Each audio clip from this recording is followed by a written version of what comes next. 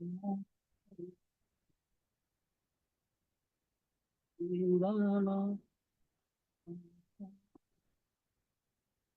कृष्णा माता जी, हरे कृष्णा प्रभु। सर चिन्ह मंगलाचरण பண்ணிடலாம். हरे ओम नमो भगवते वासुदेवाय। ओम नमो भगवते वासुदेवाय। ओम नमो भगवते वासुदेवाय। ओम अञ्जानतिमिरान्धस्य ज्ञानाञ्जनेय शलाकये सतो मुनिलमेन तस्य श्री गुरुवे नमः। श्री चैतन्य भूतले स्वयं रूपकथामायं तदा शिव श्रियं ये कृष्ण करुण सिन्धे दीनबन्धे जगत्पदे कान्ता राधा कान्ता नमस्तुते गौरंगी राधे वृंदानेश्वरी भानुदेवी प्रियमानी हरिप्रिय वंशकल्पनाय सिंधु भावनीये वैष्णवयो नमो नमः। जय श्री कृष्ण चैतन्य प्रभु नित्यानंद श्री अद्वैत गदाधर श्रीवासादि गौर भक्त वृंद। हरे कृष्णा कृष्ण कृष्णा हरे हरे हरे रामा राम राम हरे हरे हरे कृष्णा कृष्ण कृष्णा हरे हरे हरे राम राम राम हरे हरे हरे कृष्णा कृष्ण कृष्णा हरे हरे हरे राम राम राम हरे हरे। ஓம் எல்லாருக்கும் நமஸ்காரம். ஹரே கிருஷ்ணா. நீங்க அத்தியாயம் நம்ம 6 பார்க்க போறோம். அதாவது தியான யோகம். அதாவது இந்த கர்ம யோகத்துல 1வது அத்தியாயத்துல இருந்து 6வது அத்தியாயம் கர்ம யோகம். இது கடைசி அத்தியாயம் நாம் பார்க்க வரும். இது சாங்கிய யோகம் சொல்லலாம், அதாவது அஷ்டாங்க யோகம் சொல்லலாம். ஹரே கிருஷ்ணா. இது ஆன் பண்ணலையா? ஹரே கிருஷ்ணா. இதுல நிறைய விஷயங்கள் நம்ம பார்க்க போறோம் இந்த அத்தியாயத்துல. எப்படி பக்தி யோகத்தை பத்தியும் அஷ்டாங்க யோகத்தை பத்தியும் ரொம்ப சிறப்பா இந்த அத்தியாயத்துல பகவான் ரொம்ப அழகா கொடுக்க போறாங்க. அப்பமா ஹரே கிருஷ்ணா. அதற்கு முன்னாடி இந்த நிகழ்ச்சி ஏற்பாடு பண்ணி கொடுத்த ஸ்ரீ ராதா கோவிந்தா இஸ்தான் பெங்களூருக்கு நம்ம அனைவரும் சார்பாகவும் ஒரு சின்ன பிரார்த்தனை ஆரம்பிப்போம்.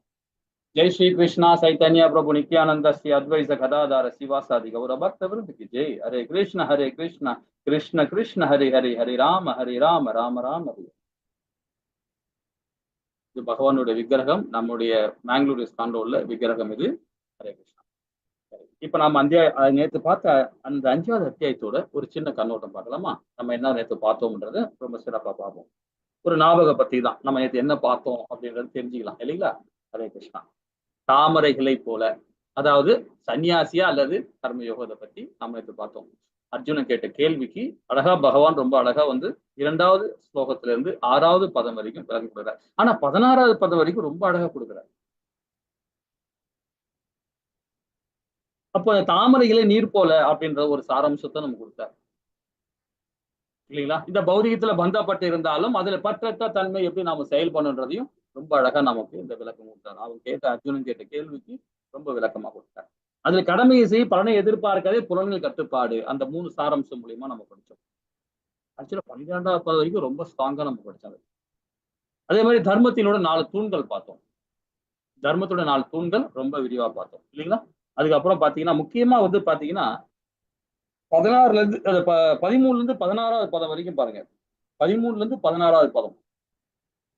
அதுல என்ன பார்த்தோம்னு பாத்தீங்கன்னா செயலாற்றல் மூவர்கள் யாருன்னு பார்த்தோம். அதுல உடல், ஆத்மா, பரமாத்மா. அப்போ உடல் சொல்லும் போது பாத்தீங்கன்னா நம்ம அதுல 5 விதமான தன்மைகள் நம்ம பார்த்தோம். உடல் சொல்லும் போது அதுல என்னென்ன பாத்தீங்கன்னா நம்மளுக்கு குறிக்கோள் ஒண்ணு, நம்மளுடைய குறிக்கோள். 2வது பாத்தீங்கன்னா நாம் ஏன் உடலை மாற்றிக்கொண்டே உள்ளோம், நம்ம ஏன் உடலை மாற்றிக்கிட்டே இருக்கிறோம், அதுக்கு என்ன காரணம், அந்த சாராம்சம் மூலம் தெரிஞ்சுக்கிட்டோம். அதே மாதிரி இத்தகைய முயற்சிகள் நமக்கு கிடைப்பது என்ன, இந்த உடலை நம்ம மாட்டிக்கிட்டே இருக்குன்னா நமக்கு என்ன கிடைக்குது, துன்பம் தான் இல்லைங்களா? உடலை மாத்திக்கிட்டே இருந்தா துன்பம் தான் நமக்கு கிடைக்கும். இந்த பிறப்பு, இறப்பு, முதுமை, நோய், இந்த 4 விதமான சக்கரத்துல சம்சார கடலையும் நம்ம கிடக்குறோம். அதையும் எல்லாம் தெரிஞ்சுக்கிட்டோம்.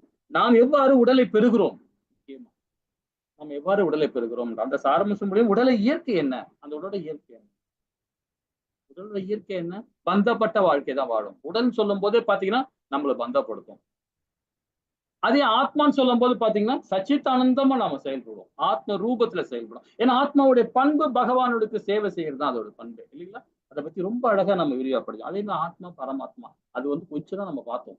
ஏன்னா அது பக்தி யோகத்தை தான் பகவான் ரொம்ப அழகா கொடுக்குறாரு. இந்த அத்தியாயம் முடிஞ்ச உடனே பாருங்க, நாளையில இருந்து பாருங்க 7ல இருந்து 12வது அத்தியாயம் வரைக்கும் ரொம்ப அற்புதமா கொடுக்குறாரு. ஆத்மாவை பத்தி கொடுக்குறார், பரமாத்மாவை பத்தி. ஏற்கனவே ஆத்மா ஓரளவுக்கு படிச்சிருக்கிறோம் இல்லைங்களா? அதை பத்தி நாமும் இனி வர அத்தியாயத்துல விரிவா பார்க்கலாம். அதே மாதிரி சமமாக பார்த்தல், இதுல இருந்து பாருங்கன்னா 26வது பதம் வரைக்கும், 17ல இருந்து 26வது பதம் பிரிச்சு பார்க்கலாம் பாருங்க. பகவான் கிருஷ்ணன் மீது கவனம் செலுத்துவதன் மூலம் விடுதலை. அதுல என்ன பார்த்தோம் பாருங்க, அழகான ஸ்லோகம் 17. 5வது அத்தியாயத்துல 17, 18 ரொம்ப அற்புதமான ஸ்லோகம். அதுல 26 வரைக்கும் பாத்தீங்கன்னா அதை படிக்க படிக்க நமக்கு மேல ஒரு தாக்கம் வருது. இது மேல பக்தி மேல ஒரு தாக்கம் வருது. அந்த பக்தி மேல தாக்கம் வரும்போது நம்ம என்ன செய்யறோம் பாருங்க, நமக்குள்ளேயே ஒரு மாற்றம் ஏற்படும். அந்த மாற்றம் ஏற்பட்ட பிறகு நம்ம என்ன ஆகும் பாருங்க, தன்னிலை அடைகிறோம். நம்ம தன்னிலை அடைகிறோம். எது ஆன்மீக தலத்துல போகும்போது. அதே பௌதிக தலம் போது அதிலையும் தன்னிலை அடைவோம். ஆத்ம ஞானம், ஆன்மீக ஞானம் ஒண்ணு இருக்கு, பௌதிக ஞானம் இருக்கு. நேற்று விரிவா படிச்சோம் இல்லையா? ஆன்மீக ஞானம் என்ற போது நம்மளுக்கு முத்திக்கானது. அதே பௌதிக ஞானம்ன்றது ஒரு உயர் பதவி நமக்கு கிடைக்கும். அந்த உயர் பதவி கிடைச்சா என்ன பண்ணுவோம், பணத்தை தான் தேடி ஓடிட்டே இருப்போம், சுகத்தை தான் ஓடிட்டே இருப்போம். அதே ஆன்மீக ஞானம் வரும்போது, தன்னிலை அடையும் போது நம்ம யாருன்றதை உணர்வும், எல்லா உயிர்வாதியும் சமமாக பார்க்க ஆரம்பிக்கும் இல்லைங்களா? அந்த மாற்றம் தன்னிலை அடையும் போது மற்றவர் எப்படி பார்ப்போம், எல்லா ஜீவராசியும் பகவானுடைய அம்சம் பார்ப்போம். அது ரொம்ப அழகா படிச்சோம். இதுல இருந்து 26வது பதம் வரைக்கும். அதே 27, 28 பாருங்க, இன்னைக்கு பார்ப்போம், திரும்ப இன்னைக்கு பார்ப்போம். இந்த அஷ்டாங்க யோகத்திலேயே என்ன பார்த்தோம் பாத்தீங்கன்னா, அஷ்டாங்க யோகத்தோட ஒரு கண்ணோட்டத்தை நம்ம பார்த்தோம். அதுல 29வது பதம் பாருங்க, இன்னும் விரிவா நம்ம அதை பார்த்தோம். கடைசி பதத்துல என்ன பார்த்தோம் பாருங்க, அமைதிக்கான வழியை கொடுக்கிறார் பகவான். அந்த அமைதிக்கான வழியில கடவுளை எவ்வாறு விரும்புவது, கடவுளை பற்றி அறிந்து கொள்வதை பற்றி நாம் அந்த சாராம்சம் மூலமா என்னன்னா, பகவான் ஆனந்தத்திற்கு அனைத்திற்குமே அர்ப்பணித்தார். அதாவது பகவானின் ஆனந்தத்திற்காக, அவருடைய ஆனந்தத்துக்காக நம்ம என்ன மாதிரி செயல்படுறோம் பாருங்க. அதுக்காக நம்ம செயலை ரொம்ப அழகா நாம தீர்மானிக்கிறோம் இல்லைங்களா? அதே மாதிரி எல்லா லோகங்களையும் உயிர்வாழிகளும் உரிமையாளர் பகவான். அதான் ரிஷிகேசான்னு சொல்லப்படுது. அதே மாதிரி அனைவரும் நலன் விரும்பியா இருக்கார் பகவான். சரி, இது வரைக்கும் நேற்று நம்ம பார்த்தோம், ரொம்ப அழகா அற்புதமா பார்த்தோம். இனி 6வது பதம், 6வது அத்தியாயம் என்ன சொல்ல வர்றாரு பார்ப்போமா? அதுக்கு முன்னாடி ஒரு சின்ன கண்ணோட்டம் பார்த்துடலாமே. என்ன கண்ணோட்டம் பாத்தீங்கன்னா, இந்த 1வது அத்தியாயத்திலிருந்து நாம இது வரைக்கும் என்ன பார்த்தோம், என்ன நம்ம புரிஞ்சுட்டோம் அப்படின்னு நம்ம ஒரு சின்ன கொஸ்டின்லாம் கிடையாது, நாமளே சொல்லிட்டு அப்படியே போயிட்டே இருக்கிறோம். அது நீங்க காது கொடுத்து கேட்டா போதும். ஃபர்ஸ்ட் அத்தியாயம் என்ன சொல்றது, குருஷேத்திரத்தில் போர்க்களத்தை பார்க்கிறது. யாரு? அர்ஜுனன் பகவான் கிட்ட சொல்றான், கிருஷ்ணா பேரை கொண்டு போய் 2 சேனைக்கு முன்னாடி நிறுத்து அப்படின்றான். போய் அவரும் நிறுத்துறாரு. அது எவ்வளவு கடினமான செயல் பாத்தீங்களா இல்லீங்களா? ஒரு காரை ஓட்டுறதுனால டிரைவர் ரொம்ப எவ்வளவு கஷ்டம். அதுவும் பகவான் பாருங்க, சாரதியா நிக்கிறார். சாரதியோட வேலை எப்படி தெரியுங்களா? சாதாரணமா ஒரு தேர்ல உட்கார்ந்து இருக்கவன், ரதத்தை பின்னாடி இருக்கிறவன் ஒரு அம்பு எடுத்து முதுகுல குத்துவான். வலது பக்கம்னா வலது பக்கம் போ, இடது பக்கம்னா இடது பக்கம் போ, இல்ல நடுவுல ஸ்ட்ரைட்டா பண்ணி நடுவுல குத்துவான். சில பேர் காலில் மிதிப்பாங்க, முதுகுல மிதிச்சு சொல்லுவாங்க, இப்படி போ அப்படி போனா அந்த போர்க்களத்துல சவுண்ட் கேட்காது. அதை கூட பகவான் பார்க்கல. அதெல்லாம் யாருக்காக செய்யறாரு? நமக்காக. பகவத்கீதையே அர்ஜுனனுக்கு உபதேசம் பண்றதுக்காகவே அதனோட மாயத்துல கட்டுண்டு வச்சவனு நம்மளுக்கு, அதுக்கு நமக்காக தான் அந்த அடிப்படைலாம் எல்லாம் படுறாரு. நாம என்ன செய்யணும் பாத்தீங்களா பகவானுக்கு? சரி, அந்த போர்க்களத்துல படைகளை கவனித்தல பத்தி அதுல இருந்து நமக்கு அந்த பந்தப்பட்ட வாழ்க்கை அர்ஜுனன் ஆரம்பிக்கிறான். அதை பத்தி ரொம்ப அழகா நாம 1வது அத்தியாயத்துல பார்த்தோம். 2வது அத்தியாயத்துல கீதையின் உட்புற சுருக்கம் பார்த்தோம். அதுல என்ன சொன்னார் பாருங்க பகவான். 11ல இருந்து, ஆக்சுவலா 10ல இருந்து தான் ஆரம்பிச்சிறாரு. 11ல இருந்து பாருங்க, ரொம்ப ஆத்ம தத்துவத்தை கொடுக்கிறார். 30வது பதம் வரைக்கும் ரொம்ப அற்புதமா கொடுக்கிறார். சாங்கிய தத்துவத்தை கொடுக்கிறார், வர்ணாச தர்மத்தையும் கொடுக்கிறார் அதுல. சரி, அந்த ஞானம் போதுமா நமக்கு? அந்த தத்துவத்தை கொடுத்தா மட்டும் போதுமா? எப்படி நீ செயல்படணுன்றத 3வது அத்தியாயத்துல கர்ம யோகத்துல கொடுக்கிறார் பகவான். கர்ம யோகத்துல எப்படி நீ செயல்படணும், அதை தெரிஞ்சுக்கிட்டு எப்படி செயல்படணும்னு கொடுக்குறார். செயல்பட்டா போதும் மட்டும் போதுமா? நமக்கு ஞானம் வேணும் இல்லையா? தத்துவத்தை 2ல கொடுத்துட்டார், செயல 3வது கொடுத்துட்டார், 4வதுல உன்னத ஞானத்தை கொடுக்கிறார் பகவான். அதி உத்தம ஞானத்தை கொடுக்கிறார். 5வதுல பாருங்க, பக்தியை கலந்த கர்மத்தை கொடுக்கிறார். பக்தியை கலந்த கர்ம யோகத்துல, நிஷ்காம கர்ம யோகத்திலும் சகாம கர்ம யோகத்திலும் எப்படி செயலாற்றணும் 5வது அத்தியாயத்துல கொடுத்தார் இல்லைங்களா? நம்ம இது வரைக்கும் ரொம்ப சிறப்பா பார்த்தோம். நீங்க 6வது அத்தியாயம் இந்த நிலையை பாருங்க. இன்னைக்கு ஏன்னா எல்லாருமே பாத்தீங்கன்னா நிறைய பேர் யோகா பயிற்சி பண்ணணும், உடல் பயிற்சி பண்ணணும், அங்க ஓடணும், இங்க ஓடணும், டடால் புடா டடால் புடா செஞ்சுட்டு இருப்பாங்க. அதெல்லாம் எவ்வளவு அழகா பகவான் இதுல கொடுக்குறாரு பாருங்க. ரொம்ப அற்புதமா இதுல கொடுப்பாரு 6வது அத்தியாயத்தை. ரொம்ப அற்புதமா இருக்கு இந்த அத்தியாயம். ஆனா இதுல நிறைய ஒரு விஷயங்கள் இருக்கு இதுல. அதை பத்தி விரிவா நம்ம பார்ப்போமா? ஹரே கிருஷ்ணா. அஷ்டாங்க யோக முன்னேறுதலை பாக்குறோம் 1ல இருந்து 9வது பதம் வரைக்கும். அஷ்டாங்க யோகசன, அதாவது யோகசன நிலையை பார்க்கிறோம். 8 நிலையை பார்க்க போறோம் 10ல இருந்து 32வது பதம் வரைக்கும். 33 36ல பாருங்க, ஏன் மனதை கட்டுப்படுத்த வேண்டும், ஏன் மனதை பட்டுப்படுத்துங்கள், எதுக்காக அப்படின்றதையும் 33ல இருந்து 36வது. ஏன்னா இந்த பதம் எல்லாரும் மறந்துடாதீங்க. ஏன்னா முக்கியமா தெரிஞ்சுக்கணும் இந்த பதம். ஏன்னா அர்ஜுனன் கேட்கிற கேள்வி அது. பகவான் ரொம்ப அழகா கொடுக்குறாரு. நம்ம வாழ்க்கை தத்துவத்தையே 34ல கொடுக்குறாரு. ரொம்ப அற்புதம். 35 34 36வது பதம் வரைக்கும் ரொம்ப அற்புதமான பதம் அது. அதே மாதிரி 37 45 தோல்வியற்ற யோகியின் இலக்கு சொல்றாரு. நம்ம எல்லாம் ஆரம்ப கட்ட பக்தராக இருக்கலாம், கனிஷ்டக அதிகாரியா இருக்கிறோம், மத்திய அதிகாரியா இருக்கிறோம், உத்தம அதிகாரி ஆகிறதுக்காக நாம இந்த பகவத்கீதை விஞ்ஞானத்தை நம்ம படிச்சுட்டு இருக்கோம். சரிங்களா? அந்த அதிகாரிகள் எப்படி இறந்தா எங்க போறாங்கன்றது ரொம்ப அழகா இந்த அத்தியாயத்துல வர. தோல்வியற்ற யோகி, அதாவது ஆரம்ப கட்ட பக்தன், முதிர்ச்சி அடைஞ்ச பக்தன், தோல்வி அவனும் முதிர்ச்சி அடைஞ்ச பக்தி தோல்வி அடைகிறான். அவன் எந்த லோகத்துக்கு போறான்றதையும் ரொம்ப அழகா கொடுக்குறாரு. பக்தி யோகி மிக உயர்ந்த யோகான்றார் 46ல இருந்து 47வது பதம் வரை. பாப்போமா? சரி. இப்ப இந்த யோகா, இப்ப நீங்க பாக்குறீங்க, படத்துல பாக்குறீங்க, ஒரு ஞானி, ஒரு கர்ம யோகி, ஒரு சன்னியாசின்னு எடுத்துக்கலாம். எப்படி ஒன்னாலும் எடுத்துக்கலாம் இந்த பிரபுஜிய. இவர் என்ன பண்றாரு பாருங்க. ஏதோ ஒரு மலையில போய் உட்கார்ந்துகிட்டு இந்த மாதிரி கடுதபம் பண்றார். உடலை வருத்திக்கிட்டு பண்றார். ரொம்ப கடினமான செயல் பண்றார். ஆனா இது தவறுன்னு சொல்லப்படல. ஆனா ஒரு வகையிலையும் தவறுதான். ஏன்னா உள்ள பரமாத்மா இருக்கிறார். அந்த உடலை சித்திரவதை பண்ண பரமாத்மாவும் அதை அனுபவிக்கிறார். நம்ம விரதம்லாம் இருக்கிறோம். இன்னைக்கு ஏகாதசி விரதம் ரொம்ப முக்கியமான விரதம் இன்னைக்கு. ஆனா அதே ஏகாதசி ஒரு நாள் இருக்கலாம், மாசத்துக்கு 2 விரதம் இருக்கலாம். இது சயின்ஸ் சொல்லுது, வேதங்களும் சொல்லுது. ஆனா அதுக்காக நம்ம வாரத்துக்கு 3 நாள் விரதம் இருக்குது. இது அபத்தம். உடலை சித்திரவதை பண்ணக்கூடாது. ஆனா இந்த ஞானி சித்திரவதை பண்ணல, அந்த யோக பயிற்சியை செய்யறாரு. அதை நம்ம தெரிஞ்சுக்கிட்டு செய்யணும். அது எப்படின்றதையும் நம்ம ரொம்ப அழகா விரிவா பார்ப்போம். ஹரே கிருஷ்ணா. அந்த சைட்ல ஒரு ஒரு யோகா நிலையில ஒருத்தர் ஒரு படம் போட்டு வரைஞ்சிருக்கிறாங்க இல்லையா? அங்க 7 சக்கராஸ் காட்டிருக்காங்க. இப்ப யோகா பயிற்சியெல்லாம் நமக்கு அந்த அளவுக்கு தெரியாது. நம்மளுடைய ஆச்சாரிகள் நமக்கு சொல்லிக் கொடுக்கல. இருந்தாலும் நம்ம அந்த இடத்துக்கு போல. இருந்தாலும் அந்த சக்கராஸை பத்தி ஒரு அளவுக்கு எனக்கு தெரியும். அவ்வளவுதான். நேம் தெரியும். அது எப்படி செயல்படுறதுன்றதையும் பக்தி யோகம் மூலியமா எப்படி செயல்படுறது, அது ஓரளவுக்கு ஞானம் இருக்கு. சரி, இந்த சக்கராஸை பத்தி முதல்ல பார்ப்போம். இப்ப மூலாதாரம் சொல்றது கீழே வர்றது ஒரு ஃபர்ஸ்ட் சக்கரம். 2வது சக்கரம் தொப்புள் கிட்ட வர்றது சுதர்சன் சொல்லுவாங்க. இந்த சக்கரம் பாத்தீங்கன்னா, இதை நம்ம 13 அத்தியாயத்துல ஞான யோகத்துல முதல் அத்தியாயத்துல இதை பத்தி ரொம்ப அழகா கொடுக்குறாரு. அன்னமய்யா கோசா, பிராணமய்யா கோசா, ஞானமய்யா கோசா, விஞ்ஞானமய கோசா, ஆனந்தமய கோசா. இது 13 அத்தியாயத்துல 24 மூலக்கூறுகளும் பார்ப்போம். அப்ப அந்த நேரத்துல பகவான் அக்னி பகவான் மூலியமாக இந்த உடல்ல எப்படி செரிமனம் பண்றாரு 13 அத்தியாயத்துல ஞான யோகத்துல முதல் அத்தியாயத்துல விரிவா கொடுக்குறாரு. நம்ம சாப்பிடுற பொருளையும் சரி, நம்ம குடிக்கிற 4 விதமான சாப்பிடுற விஷயத்தையும் சொல்லு, நக்கி சாப்பிடுறது, சப்பி சாப்பிடுறது, உறிஞ்சி சாப்பிடுறது, மென்னு சாப்பிடுறது, இந்த 4 விதமான உணவையும் செரிமானம் பண்றதுல 13 அத்தியாயத்துல ரொம்ப அற்புதமா கொடுக்குறாரு. அதுக்கு காரணமே என்ன பாருங்க, இந்த சுதர்சனம், அந்த அந்த 2வது சக்கரம். 3வது பாரு மணிப்பூர்னு சொல்லப்படுது. 4வது சக்கரம் பாருங்க அனுசகம் சொல்றது, அதாவது ஹார்ட் பக்கத்துல வருது. விசுத்தின்னு சொல்லுது இந்த நெஞ்சு பக்கத்துல வருது. 6வது அஞ்சன சக்கராஸ், அதாவது 2 புருவத்துக்கு நடுவுல வர சக்கராஸ் அஞ்சன சக்கராஸ். கடைசி சக்கரம் சுகசம், இந்த தலையில இங்க வர சக்கராஸ் கீழே. சோ இந்த 7 சக்கரசமே பாத்தீங்கன்னா எப்படி இயங்குதுன்றத நாம இந்த அத்தியாயம் மூலியமாக ரொம்ப விரிவா பகவான் ஒரு ஸ்லோகம் மூலியமாக நம்ம கொடுக்கிறார். பாத்துருவோமா? இந்த 8 அங்கங்கள் இணைப்பு. இதுல ஃபர்ஸ்ட் இது கொடுக்கறது பாத்தீங்கன்னா ஏமம் சொல்லப்படுது, வெளிப்புற பண்புகள். நியமனம் சொல்லும் போது உட்புற பண்புகள். வெளிப்புற பண்புகள் சொல்லும் போது நம்மளுடைய உடல் லாங்குவேஜ், உடல் பாடி லாங்குவேஜ் சொல்லுவோம்.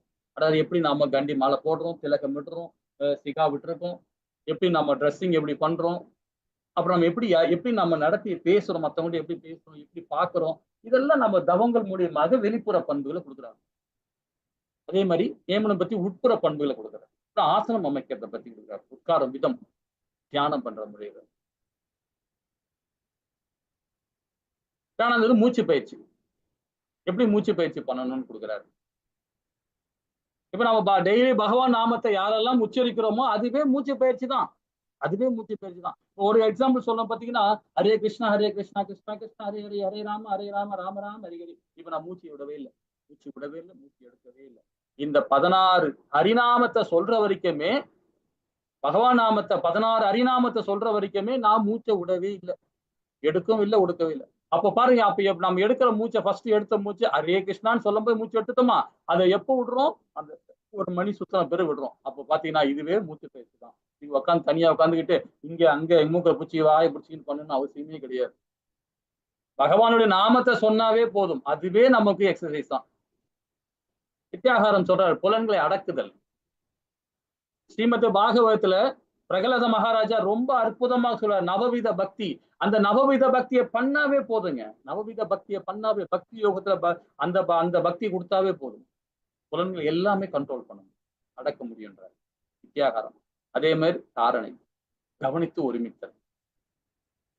அதே மாதிரி தியானம், தியான நிலையில் உட்கொண்டுதல். கடைசியா சமாதி நிலை. இது ஒரு வகையில பிரம்ம நிலைன்னு சொல்லுவாங்க. பிரம்ம நிலை அடையணும்னா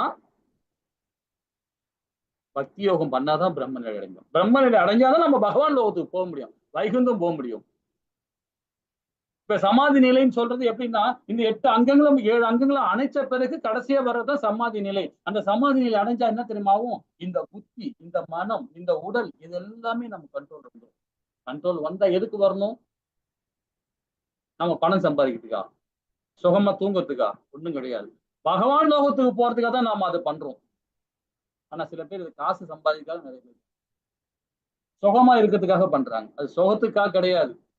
உடலை நாமோ அழகா கட்டுக்கோப்பாக வச்சுக்கிட்டு, பகவான் ஹரிநாமத்தை சொல்லிக்கிட்டு, அவருடைய பிரசாத சாப்பிட்டுக்கிட்டு, மக்களுக்கு தொண்டு பண்ணிக்கிட்டு நாமளும் மேன்மை அடைகிறோம் பாத்தீங்களா? அதுதாங்க உயர்ந்த உத்தமமான செயல், அதி உத்தமமான செயல். அதுதான் சமாதி நிலை. அதை பத்தி ரொம்ப அழகா விரிவா படிப்போம். ஒரு ஸ்லோகத்திலையும் பகவான் கொடுக்க போறார். நேற்று நாம பார்த்த 5வது அத்தியாயத்துல 27, 28வது பத்துல கொடுக்குறார். இந்த அஞ்சனா சக்கரா சொன்னோம் இல்லையா, அந்த 2 புருவத்துக்கு நடுவுல உள்ள சக்கரா சொன்னோம் பார்த்தீங்களா, அதை பத்தி ரொம்ப சத்தமா கொடுக்குறார். யாராவது படிக்க முடியுமா? 27, 28வது பதம். ஹரே கிருஷ்ணா. யாராவது படிக்க இஷ்டம் வந்தா படிக்கலாம். ஹரே கிருஷ்ணா. நேற்று யாரும் சான்ஸ் இல்லைன்னு வருத்தப்பட்டீங்க. ஹரே கிருஷ்ணா. ஜெய் ஸ்ரீ கிருஷ்ணா. ஹேமலதா படிக்கட்டுமா? படிங்க மாதாஜி. யாராவது படிக்கலாம்னு படிக்கலாம் மாதாஜி. சொல்லுங்க மாதாஜி. நீங்க படிங்க. ஸ்பர்ஷான் கிருத்வா பகேத்பாக்யம் சதோ சைவாந்தர ப்ருவோஹோ प्राणापानौ समौ कृत्वा नासाप्यन्त्रचारिणौ यदेन्द्रियमनो बुद्धिर्मुनिर्मोक्षपरायणः विगत्ते चाभयक्रोधो யசதா முக்த ஏவ சக. எல்லா புறப்புலன் விஷயங்களையும் வெளியே நிறுத்தி, புருவ மத்தியில் கண்களையும் பார்வையும் நிறுத்தி, நாசிக்குள் உள்வெளி சுவாசங்களை நிறுத்தி, மனம், புலன்கள், அறிவு இவற்றை கட்டுப்படுத்தக்கூடிய முக்தியை விரும்பும் ஆன்மீகவாதி ஆசை, பயம், கோபம் இவற்றிலிருந்து விடுபடுகிறான். எப்போதும் இந்நிலையில் இருப்பவன் நிச்சயமாக முக்தி அடைந்தவனே. ஜெய் ஸ்ரீ கிருஷ்ணா. ஹரே கிருஷ்ணா. இந்த இடத்துல பாருங்க, நம்ம நேற்று பார்த்த அத்தியாயத்துல இதை நம்ம படிக்கல நேற்றுக்கு. ஏன்னா நமக்கு ஒரு முக்கியமான அந்த அந்த 5வது அத்தியாயத்தோட சிறப்பு தான் நம்ம படிச்சிருந்தோம். அஷ்டாங்க யோகத்துல பின்னாடி வரும்ன்றதை நம்ம இன்னைக்கு தெரிஞ்சுக்கிட்டோம். என்னன்னு பாருங்க, இந்த 2 புருவத்துக்கு நடுவுல அஞ்சனா சக்கராசு நம்ம முன்னாடி பார்த்தோம் இல்லைங்களா? அதை இயக்கணும்னா எப்படின்னு பாருங்க, எல்லா பொற்புல படங்களும் விஷயங்களையும் வெளியே நிறுத்தி, புருவ மத்தியில் கண்களையும் பார்வையும் நிறுத்தி, நாசுக்குள் உள் சுவாசங்களையும் நிறுத்தி, இந்த மூச்சுல வர காத்த 2 பக்கம் நிறுத்தி நம்ம பண்ணணும். இந்த கண்ணோட பார்வையை இந்த மூக்கு நுனியில கொண்டு வரணும். கொண்டு மனமும் புலன்களையும் அறிவு ஆகியவற்றை ஞானம் இவற்றை கட்டுப்படுத்தக்கூடிய முக்கிய விரும்பும் ஆன்மீகவாதி ஆசை, பயம், கோபம் இவற்றிலிருந்து விடுபடுகிறான் என்பதை இந்த நிலையில் இருப்பவன் நிச்சயமாக முக்தி அடைகிறான். இது நேற்று உள்ள அத்தியாயத்துல நம்ம பார்த்தோம். ஒரு கண்ணோட்டமா தான் பார்த்தோம். எப்பயுமே பகவான் பாத்தீங்கன்னா ஒரு நாளைக்கு பார்க்க போற அத்தியாயத்தோட சுருக்கத்தை இன்னைக்கே கொடுத்துருவாரு. அப்பதான் அர்ஜுனன் முடிச்சுப்பான். உடனே முடிச்சு என்ன போறான், இந்த கேள்வி ஏன் கேட்கணும் அப்படின்னு கேட்கறான். இதுக்கு எதுக்காக கேட்கணும், ரொம்ப அற்புதமா கேட்கறான். நாளைக்கு வர அத்தியாயத்துக்கு இன்னைக்கு பதில் கேட்டுருவோம். அது நேத்து உள்ள அத்தியாயத்தை நேத்துக்கே பதில் கேட்டோம்னு பகவான் இதை சொன்னார். இன்னைக்கு அந்த அஷ்டாங்க ஒத்து வினையில கொடுக்குறாரு. அதே மாதிரி 13 அத்தியாயத்துல கேட்கிறான் 6 விதமான பக்தியை கேட்கிறான் 12வது அத்தியாயத்துல. 11 விராட் ரூபத்தை பார்த்துட்டு உன்னை எப்படி நான் பக்தி கொடுத்தா உன்னை பார்க்க முடியும்னு நினைக்கிறான், நினைக்க முடியும், பார்க்க முடியும் கேட்கிறான் 11ல. அப்ப 12ல என்ன பண்றாரு, அந்த 6 விதமான பக்தி யோகத்தை கொடுக்குறாரு. அன்னநீய பக்தி கொடுக்குறார், சாதன பக்தியை கொடுக்குறார், நிஷ்காம கர்ம யோகத்தையும் சகாம கர்ம யோகத்தையும் அந்த 6 நிலை பக்தியும் கொடுத்த பிறகு 12வது அத்தியாயத்தில் 13 அத்தியாயத்தில் உள்ள கர்ம யோகத்துல இது ஞான யோகத்துல அத்தியாயத்துல சுருக்கத்தை கேட்கலாம். அது 13 அத்தியாயத்துல ஞான யோகத்துல கொடுக்குறாரு. எதுக்கு சொல்ல வரேன்னு பாத்தீங்கன்னா, ஒரு அத்தியாயத்தோட அது அடுத்த அத்தியாயத்தை தொடர்ச்சியை இந்த அத்தியாயத்துல கேட்டுருவான். அதுக்கு பகவான் ரொம்ப அழகா விரிவா கொடுக்குறாரு இல்லைங்களா? இப்ப நம்ம நேத்து பார்த்தோம் இந்த அத்தியாயத்துல சுருக்கத்தை. இப்ப பாருங்க 6வது பதத்துல என்ன மாதிரி அந்த கேள்விக்கு பதில் பார்க்கலாமா? ஹரே கிருஷ்ண மாதாஜி. 6வது ஸ்லோகம்.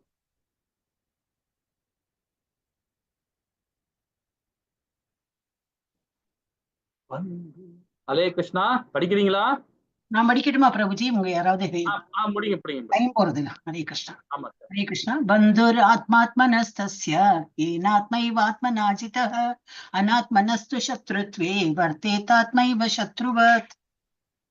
ஹரே கிருஷ்ணா மாதாஜி. மனதை வென்றவனுக்கு மனமே சிறந்த நண்பனாகும், ஆனால் அவ்வாறு செய்ய தவறனுக்கு அதுவே மிகப்பெரிய விரோதியாகும் சொல்லப்படுது.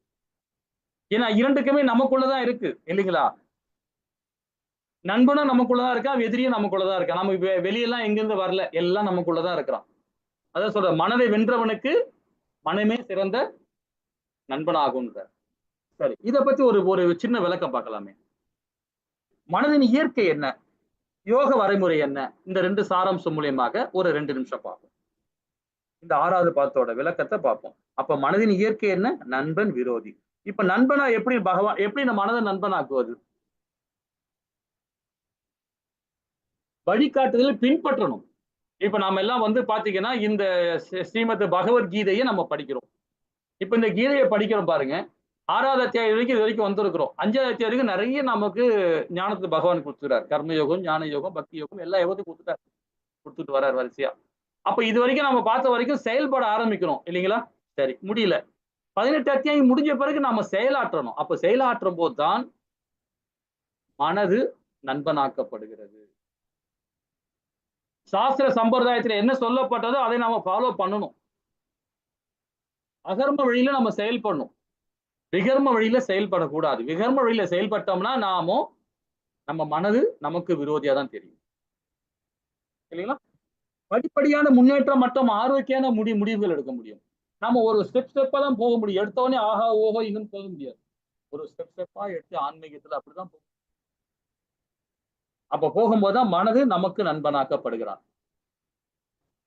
அதே மாதிரி 3வது பாத்தீங்கன்னா புலனின்பத்தில் பற்றுதல் இல்லாமல் இருக்கணும், பற்றற்ற தன்மையா இருத்தல். அந்த மாதிரி இருந்தோம்னா கண்டிப்பாக நமக்கு மனது நண்பனாக்கப்படுகிறது. இதோட விளைவு என்னன்னு பாருங்க. நண்பனாக்கப்படும் போது நம்ம மனதை நம்ம நண்பனாக்கிட்டோம்னு வச்சுங்களேன், கண்டிப்பா நமக்கு சுதந்திரம் கிடைக்குது. அதுல இருந்து ஒரு முன்னேற்றம் கிடைக்குது நமக்கு. அப்ப புலன்களை கண்ட்ரோல் பண்ணணும். படிப்படியாக முன்னேற்றம் அடையறதுக்கு ஆன்மீக ஞானத்தை எப்படி விருத்தி செய்யணும்ன்றதை கொண்டு போறதுக்கு நாம முயற்சி பண்ணணும். வழிகாட்டுதலை பின்பற்றணும். நம்ம ஆச்சாரிகள் சொன்னதை வழிகாட்டுதல், நம்ம முன்னோர்கள், நம்ம பாட்டனார்கள், நம்ம ஆச்சாரிகள், நம்ம பெற்றோர்கள் சொன்ன வழிகாட்டுதலை பின்பற்றணும். அப்பதான் மனது நண்பனாக்கப்படுகிறது. அதே நண்பனை விரோதியாக்குற தன்மையை பாருங்க. அதையும் நம்ம தெரிஞ்சுக்கணும். நல்லது தெரிஞ்சுப்போம், கெட்டது தெரிஞ்சுக்கணும் இல்லையா? அதையும் கெட்டது தெரிஞ்சுப்போமே என்னன்னு. அதாவது காமம், கோபம், பேராசை. அதே மாதிரி பாத்தீங்கன்னா இதுல பாவ இச்சைகளை திருப்தி செய்தல். ஒருத்தன் நல்லா இருக்கிறான், ஏன் நல்லா இருக்கிறான் அவன் அப்படின்னு ஒரு தப்பான கண்ணோட்டம். ஒரு பொருள் மேல, ஒரு உயிர் மேல பற்றுனால நமக்கு என்ன வருது பாருங்க, மோகம் வருது. மோகத்தினால அதுக்கப்புறம் என்ன வரும் பாருங்க, காமம் வருது. காமத்துக்காக அப்புறம் கோபம் வரும். அப்புறம் இதெல்லாம் பேராசை தானே. சோ இதனால அப்ப என்ன வருது பாத்தீங்கன்னா நம்ம மனமே நமக்கு விரோதியாகும். ரசோ குணம் இல்ல, சண்டால குணத்துக்கு நம்மளை கொண்டு போய் விட்டுருவோம். அப்ப எரிச்சல், சஞ்சலம், தவறான வழி நடத்தல் நமக்கு எரிச்சல் அடைவோம். யாரை பார்த்தாலும் சரி, நம்ம அன்புக்குரியவரை நம்ம இழக்க வேண்டிய சூழ்நிலை வரும். நமது மனது விரோதியாக இருக்கும் பொழுது நம்ம அன்புக்குரியவர்களே இழக்க வேண்டிய சூழ்நிலை வரும் இல்லைங்களா? அப்ப எரிச்சலும் வரும், சஞ்சலம் வரும், தவறான வழிநடத்தல் வரும். தவறான சங்கத்திலையும் நாம் என்னைக்குமே இருக்கக்கூடாது. அது யாரா இருந்தாலுமே சரி, தவறான சங்கம்னா அங்கிருந்து வெளியே வந்துடணும். அப்போ புலன்கள் மீது பற்றுதல் இருக்குது நமக்கு. புலன் மேல அதிகமான பற்றுகள் வைக்கும் போது பாத்தீங்கன்னா பௌதிகத்தன்மையில போயிடுவோம். போகும்போது நமக்கு நிறைய வீழ்ச்சிக்கான காரணம் வந்துடும். அப்ப சீரழிவு பந்தப்படுத்துதல் அதிகமாகும். ஆனா இதுல ஒரு விஷயம், இதுதான் அர்ஜுனன் வந்து 5வது அத்தியாயத்துல விளக்கமா கேட்கிறான் பகவான் கிட்ட. ஏன் பற்றுதல் இல்லாம எப்படியா நான் போய் சம்பாதிக்க முடியும்? இப்ப நம்மளுக்கு அப்படித்தானே இல்லைங்களா? பணம் சம்பாதிக்க போனா பௌதிகத்துல போனாலும் சம்பாதிக்க முடியும். ஆன்மீகத்துல இருந்து எப்படி சம்பாதிக்க முடியும்? பௌதிகத்துல போனாதான் சம்பாதிக்க முடியும். ஆன்மீகத்துல போனா தொண்டு தான் பண்ண முடியும். அதை வச்சு காசாக்க முடியுமா? முடியாது இல்லையா? முத்தி தான் கிடைக்கும். ஆனா நம்ம அது முத்தி கிடைச்சா சாப்பிடுறதுக்கு என்ன பண்றது? நம்மளுடைய பிறப்புலாம் என்ன பண்றது?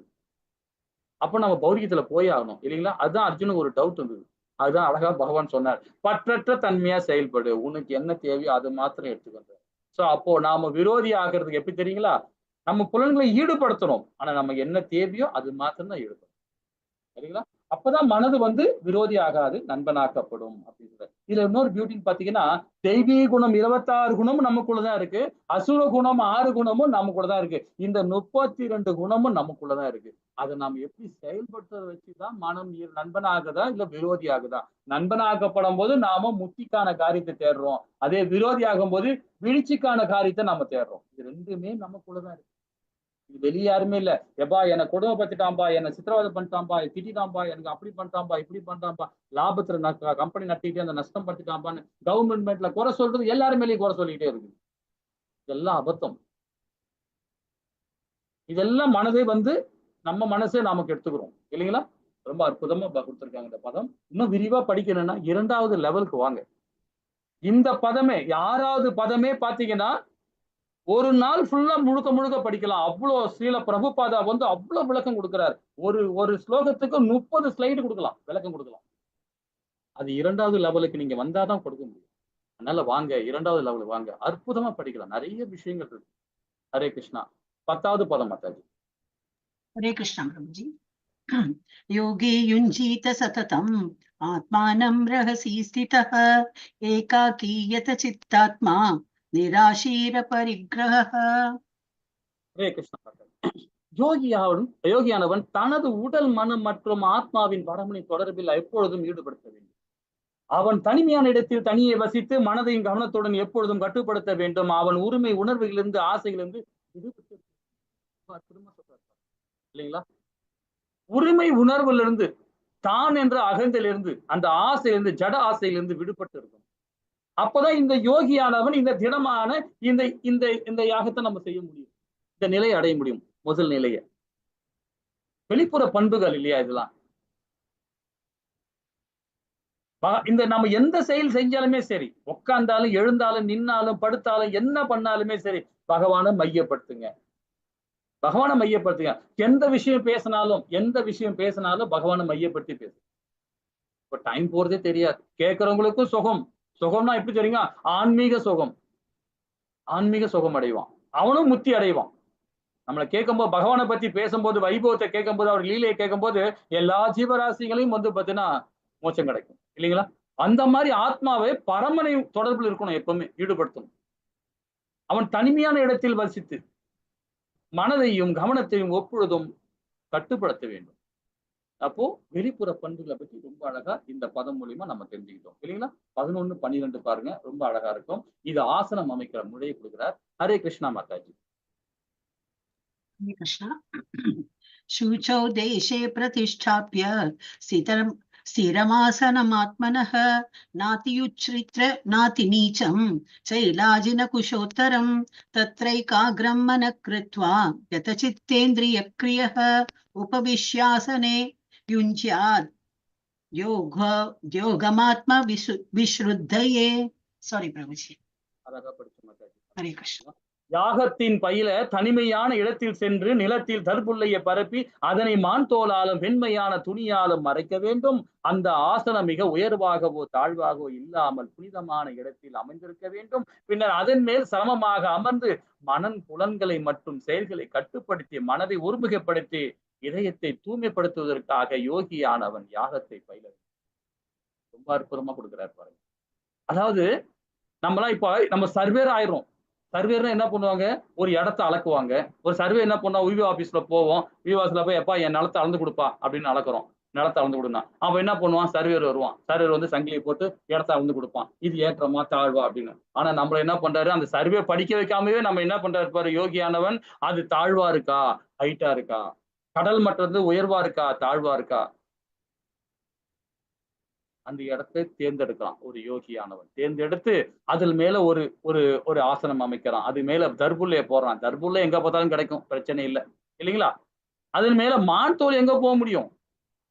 மானை பார்த்தாவே நம்ம தூக்கி உள்ள போட்டுருவாங்க.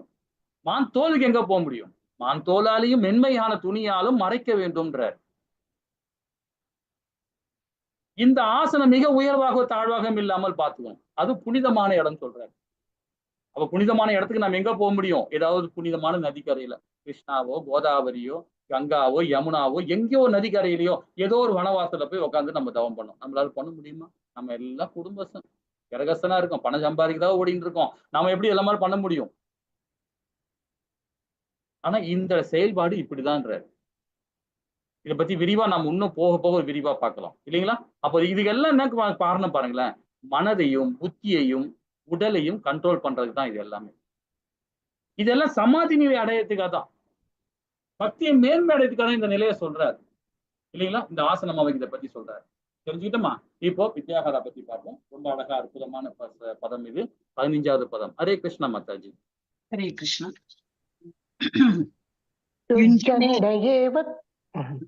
படிங்க படிங்க மாதாஜி, நீங்க யாரும் படிக்கலன்னு சொல்லிட்டு தான் நான் படிச்சேன். நீங்க படிங்க. படிங்க மாதாஜி, படிங்க. ஜன்மயேவ சதாத்மானம் யோகி நியதமானசக சாந்திம் நிர்வாண பரமாம் மத்சம்ஸ்தாம் அதிகச்சதி. ஹரே கிருஷ்ணா. ரொம்ப அழகா படிச்சீங்க. இவ்வாறாக உடல் மனம் மற்றும் செயல்களை இடையறாது கட்டுப்படுத்திய பழைய யோகி தனது ஒழுங்குபடுத்தப்பட்ட மனதுடன் பௌதீக வாழ்க்கையை கடத்தி இறைவன் திருநாட்டை பகவானுடைய லோகத்துக்கு அடைகிறான், வைகுந்தத்துக்கு அடைகிறான். உடலையும் மனதையும் செயலையும் இடையறாது கட்டுப்படுத்திய பழகி. அதுக்கு ஒரே வழி என்ன தெரியுங்களா? கீர்த்தனம் தான். பகவானுடைய நாமத்தை சொல்லி கீர்த்தனம் தான். இப்போ 9வது அத்தியாயத்திலயும் பாத்தீங்கன்னா ராஜ வித்ய ராஜ குவியோகத்துல பகவான் அழகான ஒரு ரகசியமான ஞானத்தை கொடுக்குறாரு. குவியமான ரகசியமான ஞானத்தை கொடுக்குறாரு. நம்ம 9வது அத்தியாயத்துல 10ல பாருங்க, வைபவம், அதாவது பகவானுடைய வைபவத்தை கொடுக்குறாரு. அந்த வைபவத்தை ஏதாவது ஒண்ணு தெரிஞ்சுட்டா போதும். பகவானுடைய வைபவம் பாத்தீங்கன்னா ஏகப்பட்டது இருக்கு. ஆனா ஒரு துளி தான் நமக்கு கொடுக்குறாரு. அது எல்லாத்தையும் தெரிஞ்சுக்கிட்டு அதை பத்தி ஒரு கீர்த்தனம் பண்ண எப்படி பண்ணணும்னு வச்சுங்களா? இந்த வைபவத்தை தெரிஞ்சுக்கிட்டு அவரோட லீலையை தெரிஞ்சுக்கிட்டு, அதுக்கு ராகம்லாம் தேவையில்லை, அதுக்கு தாளம்லாம் தேவையில்லை, ஸ்வரம்லாம் தேவையில்லை, நம்ம குரல் தேவையில்லை. நம்மளுக்கு எது தெரிஞ்சதே கத்துங்க. அப்படியே கத்துனா பகவான் அதை பத்தி அழகா கேட்பார். வில்வ மாங்கோ தாக்கூரை பத்தி படிச்சேன்னு வச்சுங்களேன், அவ்வளவு அற்புதமா இருக்கும். அவர் கண்ணு தெரியாது, கண்ணை குத்திப்பாரு. காட்டுல உட்காந்துக்கிட்டு என்ன பண்ணுவார் தெரியுங்களா? எல்லாமே கற்பனையிலேயே சமையல் பண்ணுவார், கற்பனையிலேயே நைவேத்தியம் பண்ணுவார் பகவானுக்கு. அங்க ஒண்ணுமே இருக்காது, தானியம் இருக்காது, நீர் இருக்காது, பலகாரம் இருக்காது, எதுவும் அடுப்பு இருக்காது, எதுவுமே இருக்காது. 3 கல்லை வச்சுட்டேன், அது மேல சட்டியை வச்சுட்டேன், நெருப்பு பத்த வச்சுட்டேன், சுள்ளி பத்த வச்சுட்டேன், தண்ணி ஊத்திட்டேன், தொட்டு பார்ப்பேன், ஐயோ ரொம்ப சூடாகுது, பகவானுக்கு வாயெல்லாம் சுட்டுட்டுமே, அப்ப குளிர்ச்சியா இருக்கணும் இல்லையா? அதுக்கு ஸ்வீட் என்ன போடலாம், காரம் என்ன போடலாம், இதெல்லாம் போட்டு எல்லாமே எதுவுமே இருக்காது, எல்லாமே கற்பனையிலேயே பகவானுக்கு செய்வார். அற்புதமா செஞ்சு பகவானுக்கு கொடுப்பார். அதையும் பகவான் சப்பலாங்களை போட்டு காலை கையில வச்சு பார்த்துட்டு இருப்பார். இது என்ன பக்தி தெரியுங்களா? பிரேம பக்தி, அனன்ய பக்தியோட மேன்மையான பக்தி இது. நம்ம கையால பகவானுக்கு பிரசாதம் பண்ணி கொடுக்கணும்.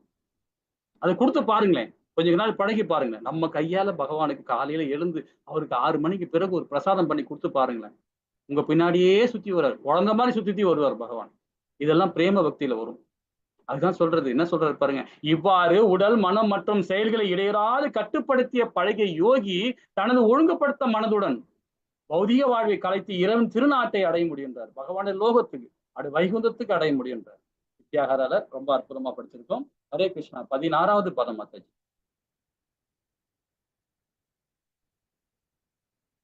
ஹரே கிருஷ்ணா. கொஞ்சம் கண்டினியூ பண்ணுங்க மாதாஜி, கொஞ்சம் ஃபாஸ்டா படிங்க. ஹரே கிருஷ்ணா படிக்கிறாளா இல்லாட்டா நான் படிக்கிறேன். ஹரே கிருஷ்ணா.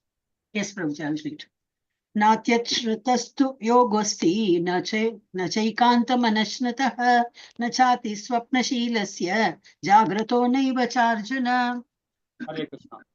அர்ஜுனா, எவன் ஒருவன் மிக அதிகமாக அல்லது மிக குறைவாக உண்ணுகிறானோ, மிக அதிகமாக அல்லது மிக குறைவாக உறங்குகிறானோ, அத்தகைய யோகியாக்குறது வாய்ப்பே இல்லைன்னு அற்புதமா சொல்லிட்டாரு இல்லைங்களா?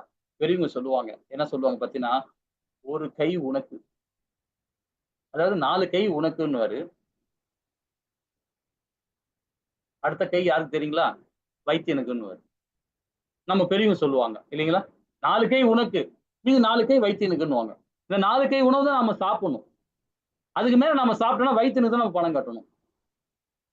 அப்புறம் இந்த சாப்பாடு சாப்பிட வைத்தியனுக்கு தான் நம்ம கொடுக்குறோம் இல்லைங்களா? அப்போ நம்ம எப்படி சாப்பிடணும் பாருங்க. ஒரு நாளைக்கு ஒரு வேலைக்கு பாத்தீங்கன்னா 400 கிராம் தான் எடுத்துக்கணும். அதுவே அதிகம். 400 கிராம்ன்றதே அதிகம். அதுவே அதிகம் தான் சொல்லுவாங்க. அப்ப அதிகமாக உண்ணக்கூடாது, மிக குறைவாகவும் உண்ணக்கூடாது. நமக்கு தேவையான உடல் இதுக்கு மட்டும் தான் சொன்னோம். ஆனா பகவான் பாத்தீங்கன்னா அவருடைய இது பண்ணும்போது ஒரு நாளைக்கு நிறைய ட்ரிப் சாப்பிடுவார். பசி எடுத்தா தான் சாப்பிடணும். பசி எடுக்கலாம் சாப்பிடவே கூடாது. அது 3 வேலை இல்ல. ஒரு வேளை சாப்பிட்டா கூட பசி எடுத்தா தான் சாப்பிடணும். அதுக்கு நோய்வாய்ப்பட்டவங்களாம் இருப்பாங்க சில பேருக்குலாம். அவங்களாம் பசிக்கே பசிக்காது. அதுக்கு என்னன்னு சொல்லிட்டு மெடிசன் வாங்கி டாக்டர் என்ன சொல்றாங்களோ அதுக்கு ட்ரீட்மெண்ட் எடுக்கணும். நான் இது சொல்லிட்டு வேதங்களை சொல்லப்பட்டது சொல்றேன். அது மட்டும் ஒரு அதுக்கே எனக்கு பசியே எடுக்கலங்க, நான் சாப்பிடாம இருக்க முடியாதுன்னு கேட்காதீங்க. அதே மாதிரி மிக குறைவாகவும் மிக அதிகமாகவும் உண்ணக்கூடாது. உறங்குற விஷயத்திலும் சரி. சராசரி நம்ம வீட்டுல பாத்தீங்கன்னா குறைஞ்சபட்சம் 6 மணி நேரம் தூங்கலாம். அதிகபட்சம் 8 மணி நேரம் தூங்கலாம். அது மேல தூங்குறவங்கன்னு வச்சுங்களேன், ரசோ குணத்துல போயிடுவோம். நாம ஆட்டோமேட்டிக்கா ரசோ குணத்துல போயிடுவோம். 10 மணி நேரம் தூங்குறோம், தமோ குணத்துல போயிடுவோம், பைத்தியக்கார குணத்துல போயிடுவோம்.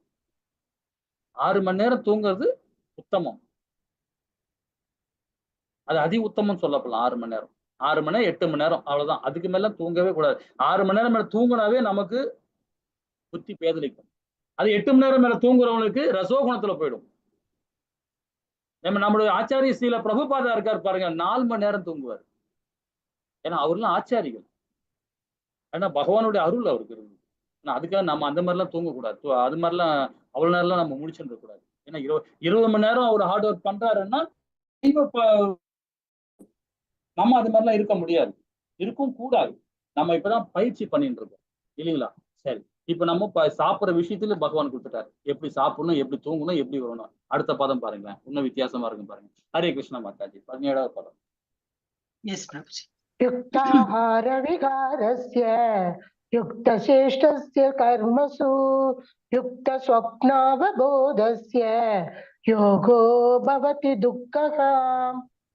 கிருஷ்ணா, உண்ணுதல், உறங்குதல், உடைத்தல், கேளிக்கை ஆகிய பழக்க வழக்கங்களை, அதாவது நெறிமுறை நெறிப்படுத்தவன் யாக பயிற்சியின் மூலமாக எல்லா துன்பங்களையும் பெருமளையும். உண்ணுதலும் சரி, இப்ப நம்ம உண்ணுதல் பார்த்தோம், உறங்குதல் பார்த்தோம், உடைத்தல் பார்க்கலையே, இப்பதானே பாக்குறோம் இல்லைங்களா? இப்ப எல்லாருமே பாத்தீங்கன்னா 60 வயசு வரைக்கும் ஓடிக்கிட்டே இருப்பாங்க, பணத்தை தேடி ஓடிக்கிட்டே இருப்பாங்க. அதுக்கப்புறமா தான் ஞான உதயமே வரும். அப்பதான் எல்லாமே வந்துட்டு நான் இப்படி பண்ணணும், இந்த கோயிலுக்கு செலவு பண்ணணும், இந்த கோயிலுக்கு போக போறேன், இந்த யாத்திரை போக போறேன்னு. ஆனா பகவான் அதையும் ஏத்துக்கிறாரு. பரவாயில்லடா, நீ இறக்கும் தருவாயில என் நாமத்தை சொன்னாவே என்கிட்ட வந்துடுடான்றாரு. இறக்கும் தருவாயில சொன்னா கூட அதை நான் உன்னை ஏத்துக்கிறேன். ஏன்னா என்னுடைய பையனாச்சு, என்னுடைய அம்சம் ஆச்சு, என்னுடைய நிழலாச்சு, என்னுடைய பிம்பம் ஆச்சு. நீ நம்ம எல்லாருமே பகவானுடைய அம்சம் தான். நாம எல்லாருமே அதுக்கும் ஒத்துக்கிறாரு. அப்ப நம்ம உழைக்கிறது எப்படி உழைக்கணும் பாருங்க. இன்னொரு வித்தியாசத்தை பாருங்களேன். இப்போ ஒரு கழுதை எடுத்துங்களேன், கழுதி ஏதோ ஒரு அனிமல் எடுத்துங்க, கழுதியை எடுத்துங்க. அந்த கழுதை என்ன பண்ணும் பாருங்க, ஒரு கட்டு புல்லுக்காக அந்த ஓனர் சொல்றதை கேட்டுக்கிட்டே இருக்கு. ஒரு கட்டு புல்லு தான் அதுக்கு தேவை. அதுக்கு என்ன வீடு வாசல் வேணுமா, இல்ல சொக்கா பேண்ட் வேணுமா, இல்ல ட்ரெஸ்ஸை போட்டு சுத்தணுமா, இல்ல ஒரு சுகமா தூங்கணும்னு நினைக்குமா? கிடையவே கிடையாது. அதுக்கு தேவை ஒரு கட்டு புல்லு.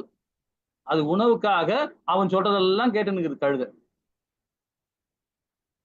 ஆனா அதே அந்த கழுதை கொஞ்சம் சுதாரிச்சுன்னா அந்த ஓனரை விட்டு வெளியே வந்துச்சுன்னா, அப்படி வெளியே பார்த்துச்சுன்னா எங்க பார்த்தாலும் புல்லுதான் இருக்கு.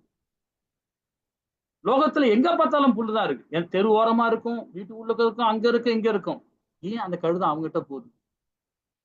அந்த அளவுக்கு மாயத்தால கட்டுண்டு இருக்கு. அது சொல்லுவாங்க அதுக்கு 5 அறிவு அப்படின்னு. அப்ப நமக்கு 6 அறிவு இருக்கு இல்லையா? அப்ப நாம என்ன பண்ணின்னு இருக்கோம்? ஏதோ ஒண்ணு நோக்கி ஓடிக்கிட்டே இருக்கோம். நம்ம பணத்தை பின்னாடி ஓடிக்கிட்டே இருக்கும். அதான் வாழ்க்கை. எப்படி கழுதைக்கு வந்து அறியாமையில இங்க புல்லு எங்க பார்த்தாலும் இருக்குது தெரியாம அது பாட்டு ஓடுதோ, அதே மாதிரி நம்ம உலகம் சுத்தி நிறைய இன்பங்கள் இருக்கு, ஆன்மீகம் இருக்கு. அதை தெரியாம நம்ம பௌதிகத்திலேயே ஓடிட்டு இருக்கோம். அப்ப நமக்கும் அனிமலுக்கும் என்ன வித்தியாசம் பாருங்க. அது சுகமா அது எங்கேயோ கிடக்குது. நாம என்ன பண்றோம், ஒரு வீடு கட்டி ஒரு குழந்தையை உருவாக்கி ஒரு ஃபேமிலியை உருவாக்கி நாம சுகமா வாழ்ந்துட்டு இருக்கோம். சாப்பிடுறோம், தூங்குறோம், இனப்பெருக்கம் பண்றோம். சாப்பிடுறோம், தூங்குறோம், வேலைக்கு போறோம், இனப்பெருக்கம் பண்றோம். அது அனிமல் செய்யற வேலை தான் நம்மளும் செஞ்சுட்டு இருக்கோம். இல்லைங்களா?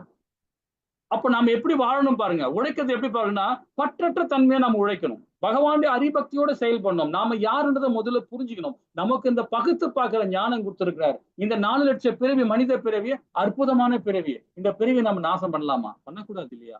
அது பண்ண நம்ம அபத்தம் இல்லையா? அடுத்த பிறவி எப்படிப்பட்ட பிறவி நமக்கு கிடைக்கும் பாருங்க. இல்லைங்களா? அந்த உழைத்திலும் ஒருநிலைப்படுத்தணும். இப்படிதான் நாம இருக்கணும், இப்படிதான் வாழணும். 8 மணி நேரம் 8 மணி நேரம் வேலை பார்க்கணும். சரி, கேளிக்கையும் பாருங்க அதே மாதிரிதான். கேளிக்கை சொல்லும்போது எல்லாம் என்ன பண்ணுவாங்க, சிம்லாக்கு போறேன், ஊட்டிக்கு போறேன், கொடைக்கானல் போறேன், பீச்சுக்கு போறேன், பார்க்குக்கு போறேன்றாங்க. அந்த நேரத்தை பகவான் ஹரிபக்தியோட இருந்து யமுனை யாத்திரைக்கு போங்க, பிருந்தாவன யாத்திரைக்கு போங்க, ஹரிதுவாருக்கு போங்க, எங்கேயாவது ஒரு யாத்திரைக்கு போங்க, புண்ணிய ஸ்தலத்துக்கு போங்க அப்படின்றாரு. சரி, அப்படியும் உன்னால முடியலையா, அது போகலையா, அந்த வசதி இல்லையா, பரவாயில்ல, வீட்டுல இருந்துகிட்டு விக்கிரத்துக்கு முன்னாடி பகவானுடைய போட்டோ முன்னாடி உட்காந்து தியானம் பண்ணுங்க, அதுவே போதும். இந்த தியானம் பண்ண பண்ண நம்ம சிம்லாக்கு போறதையும் எங்கெல்லாம் போறதையும் நம்ம கண்ணு முன்னே பகவான் காமிச்சு கொடுத்துருவாரு. அந்த மாதிரி கேளிக்கை வரையும் அதையும் நம்ம பழக்கப்படுத்தணும், அதையும் நெறிப்படுத்தணும் அதையும். அப்ப யோக பயிற்சியின் மூலமாக எல்லா துன்பங்களையும் பெருவளவு நீக்க முடியும்ன்றார். 18வது பதம் பாருங்க, தாரணை பத்தி சொல்றார். ஹரே கிருஷ்ணா மாதா. यथा विनियतं सिद्धम् आत्मन्येवावतिष्ठते निःस्पृहः सर्वकामेभ्यो युक्त इत्युच्यते तथा. யோகியானவன் யோக பயிற்சியின் மூலமாக தனது மனதின் செயல்களை ஒருமுகப்படுத்தி ஒழுங்குபடுத்தி எல்லா ஜட ஆசைகளிலிருந்து விடுபட்டு உன்னத நிலையில் நிலை பெறும் பொழுது யோகத்தின் நன்கு நிலை பெற்றவனாக கூறப்படும். இல்லைங்களா? யோகியானவன் எப்படி பாருங்க, யோக பயிற்சியின் மூலமாக தனது மனதையும் செயலையும் ஒருமுகப்படுத்துறான், ஒழுங்குபடுத்துறான். இப்படிதான் செய்யணும், இப்படிதான் போகணும் அப்படின்னு. ஏன்னா பதஞ்சலி முனிவர் ரொம்ப அழகா அற்புதமா கொடுத்துக்கிறாரு. அந்த யோகத்தை பார்த்தீங்கன்னாவே ரொம்ப அற்புதமா தத்துவம், பதஞ்சலி தத்துவம் வந்து ரொம்ப அற்புதமா இருக்கும். அவரே என்ன சொல்றாரு தெரியுமா, ஒரு இடத்துல வந்து பாத்தீங்கன்னா, இந்த யோக பயிற்சி எதுக்காக தெரியுமா, நீண்ட நாள் வாழறதுக்காக கிடையாது. உன் மனதையும் புத்தியும் கண்ட்ரோல் பண்ற எதுக்காக, உடலையும் சரி பண்றது எதுக்காக, பகவானுக்கு பக்தி கொடுக்கறதுக்காக. நீ 120 வருஷம் வாழறது பெருசு இல்ல, பகவான் ஹரிபக்தியா செயல்பற்றிய அதுதான் பெரிய விஷயம். நான் சொல்லுவேன், எங்க அப்பா தாத்தா எல்லாம் பாத்தீங்கன்னா 100 வருஷம் வரைக்கும் வந்தாரு. அவர் வாழ்ந்தாரு, என்ன செஞ்சாரு, பக்தியில என்ன செஞ்சாரு. 100 வருஷம் வாழுது பெரிய விஷயம் இல்ல, பக்தி யோகத்துல வாழணும். இல்லைங்களா? அதே 10 வருஷம் வாழ்ந்தவன் பாத்தீங்கன்னா அற்புதமா, பிரகலாத மகாராஜா பாருங்களேன், எவ்வளவு அற்புதமா செஞ்சுட்டு போனார். ஏன்னா இவர் நம்மளுடைய பகவான் சைத்தன்யர் இருப்பாங்க, 48 வருஷம் தான் இந்த லோகத்துல வாழ்ந்தார். அழகா லீலை பண்ணிட்டு போனார். எப்படிப்பட்ட லீலை எல்லாம் பண்ணு போனார் பாருங்க பகவான் சைத்தன்யர். சோ அந்த மாதிரி நம்ம வாழ்க்கையை வாழணும். எத்தனை வருஷம் வாழறோம் பெருசு இல்ல, நம்ம ஹரிபக்தியோட பகவானை நினைச்சு வாழறோம் பாத்தீங்களா, அதுதான் முக்கியம். அதுதான் தாரணை ரொம்ப அழகா இருக்கு, தியான முறையில கொடுக்குறாங்க. 19வது பதம். ஹரே கிருஷ்ணா மாதாஜி. यथा दीपो निवातस्थो नेङ्गते शोभमा स्मृता योगिनो यदचित्तस्य युज्यतो योगमात्मनः. ஹரே கிருஷ்ணா. காற்று வீசாத இடத்தில் தீபம் அசையாமல் இருப்பதை போல மனதை அடக்கிய யோகியும் திவ்யமான ஆத்மாவின் மீதான தனது தியானத்தை எப்பொழுதுமே சிரமமாக உள்ள தியான முறையில பாத்தீங்கன்னா, இந்த 6 நிலையில 7வது நிலையும் போது எப்படி தியானம் இயக்கலாம், எப்படி இது பண்றான் பாருங்க. இப்ப இந்த படத்துல பாக்குறீங்க, ஒரு ஆச்சாரி, ஒரு ஞானி வந்து தவம் இருக்கிறார். இதெல்லாம் வந்து இந்த காலத்துல இருக்க முடியுமா, கலிகாலத்துல? ரொம்ப கடினமான செயல் இல்ல இது. சில ஆத்மாக்கள் இருக்கிறாங்க, இல்லைன்னு சொல்ல முடியாது, இருக்கிறாங்க. ஆனா கண்ணுக்கு தெரியாத சித்து வேலையெல்லாம் பண்ணிட்டு இருக்காங்க. 32 சித்து வேலை தெரிஞ்சு பண்ணிட்டு இருப்பாங்க. அந்த சித்துலாம் எதுக்கு தெரியுங்களா, மனித சமுதாயத்துக்கு உதவியாக இருக்கிற சித்து வேலை செய்யறவங்க தான், அவங்கதான் யோகி. தன்னுடைய வருமானத்துக்காக, தன்னுடைய சுகத்துக்காக சித்து தெரிஞ்சுக்கிட்டு செயல்படுறான் பாத்தீங்களா, அவன்லாம் வந்து பாவி. ஆனா இந்த காலத்துல அது மாதிரி இருக்க முடியுமா பாருங்க, இருக்கிறாங்க, கொஞ்சம் பேர் இருக்கிறாங்க. ஆனா இந்த மாதிரி செயல்படுறது ரொம்ப கடினம். இதெல்லாம் சத்தியுகத்துல துவாதயுகத்துல பண்ற விஷயம்.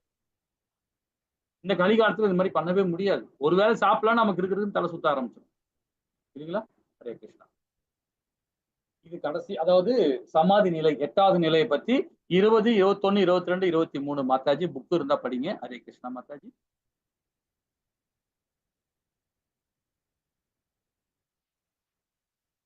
சமாதி என்று அழைக்கப்படும் ஹரே கிருஷ்ணா. பக்குவ எங்க நிலையில் மாதாஜி படிக்கிறாங்களா? யாரோ படிக்கிறாங்க? ஓகே. அதான் படிக்கிறீங்க ஸ்கிரீன்ல மாதாஜி. வரலையே. ஸ்கிரீன்ல வரலையே. ஸ்கிரீன் வந்திருக்கேன் மாதாஜி. சரி, இது நானே சமாதி என்று படிச்சேன். அழைக்கப்படும் நானே ஓ, படிச்சேன். தமிழ்ல நானே இருக்கு. இல்ல இல்ல, இது தமிழ்ல சொல். புக்ஸ் இருந்தா படிக்கிறாங்களா? படிங்க படிங்க சமாதி மாதாஜி. என்று அழைக்கப்படும் பக்குவ நிலையில் மனம் யோக பயிற்சியின் மூலமாக ஜட செயல்களில் இருந்து முழுமையாக விலக்கப்படுகிறது. தூய மனதால் தன்னை கண்டு தன்னில் இன்பத்தை அனுபவிப்பதற்கு ஒருவரிடம் உள்ள திறனில் இருந்து இப்பக்குவ நிலையை உணரலாம். அந்த இன்ப நிலையில் அவன் திவ்யமான புலன்களின் மூலம் எல்லையற்ற திவ்யமான ஆனந்தத்தை அனுபவிக்கிறான்.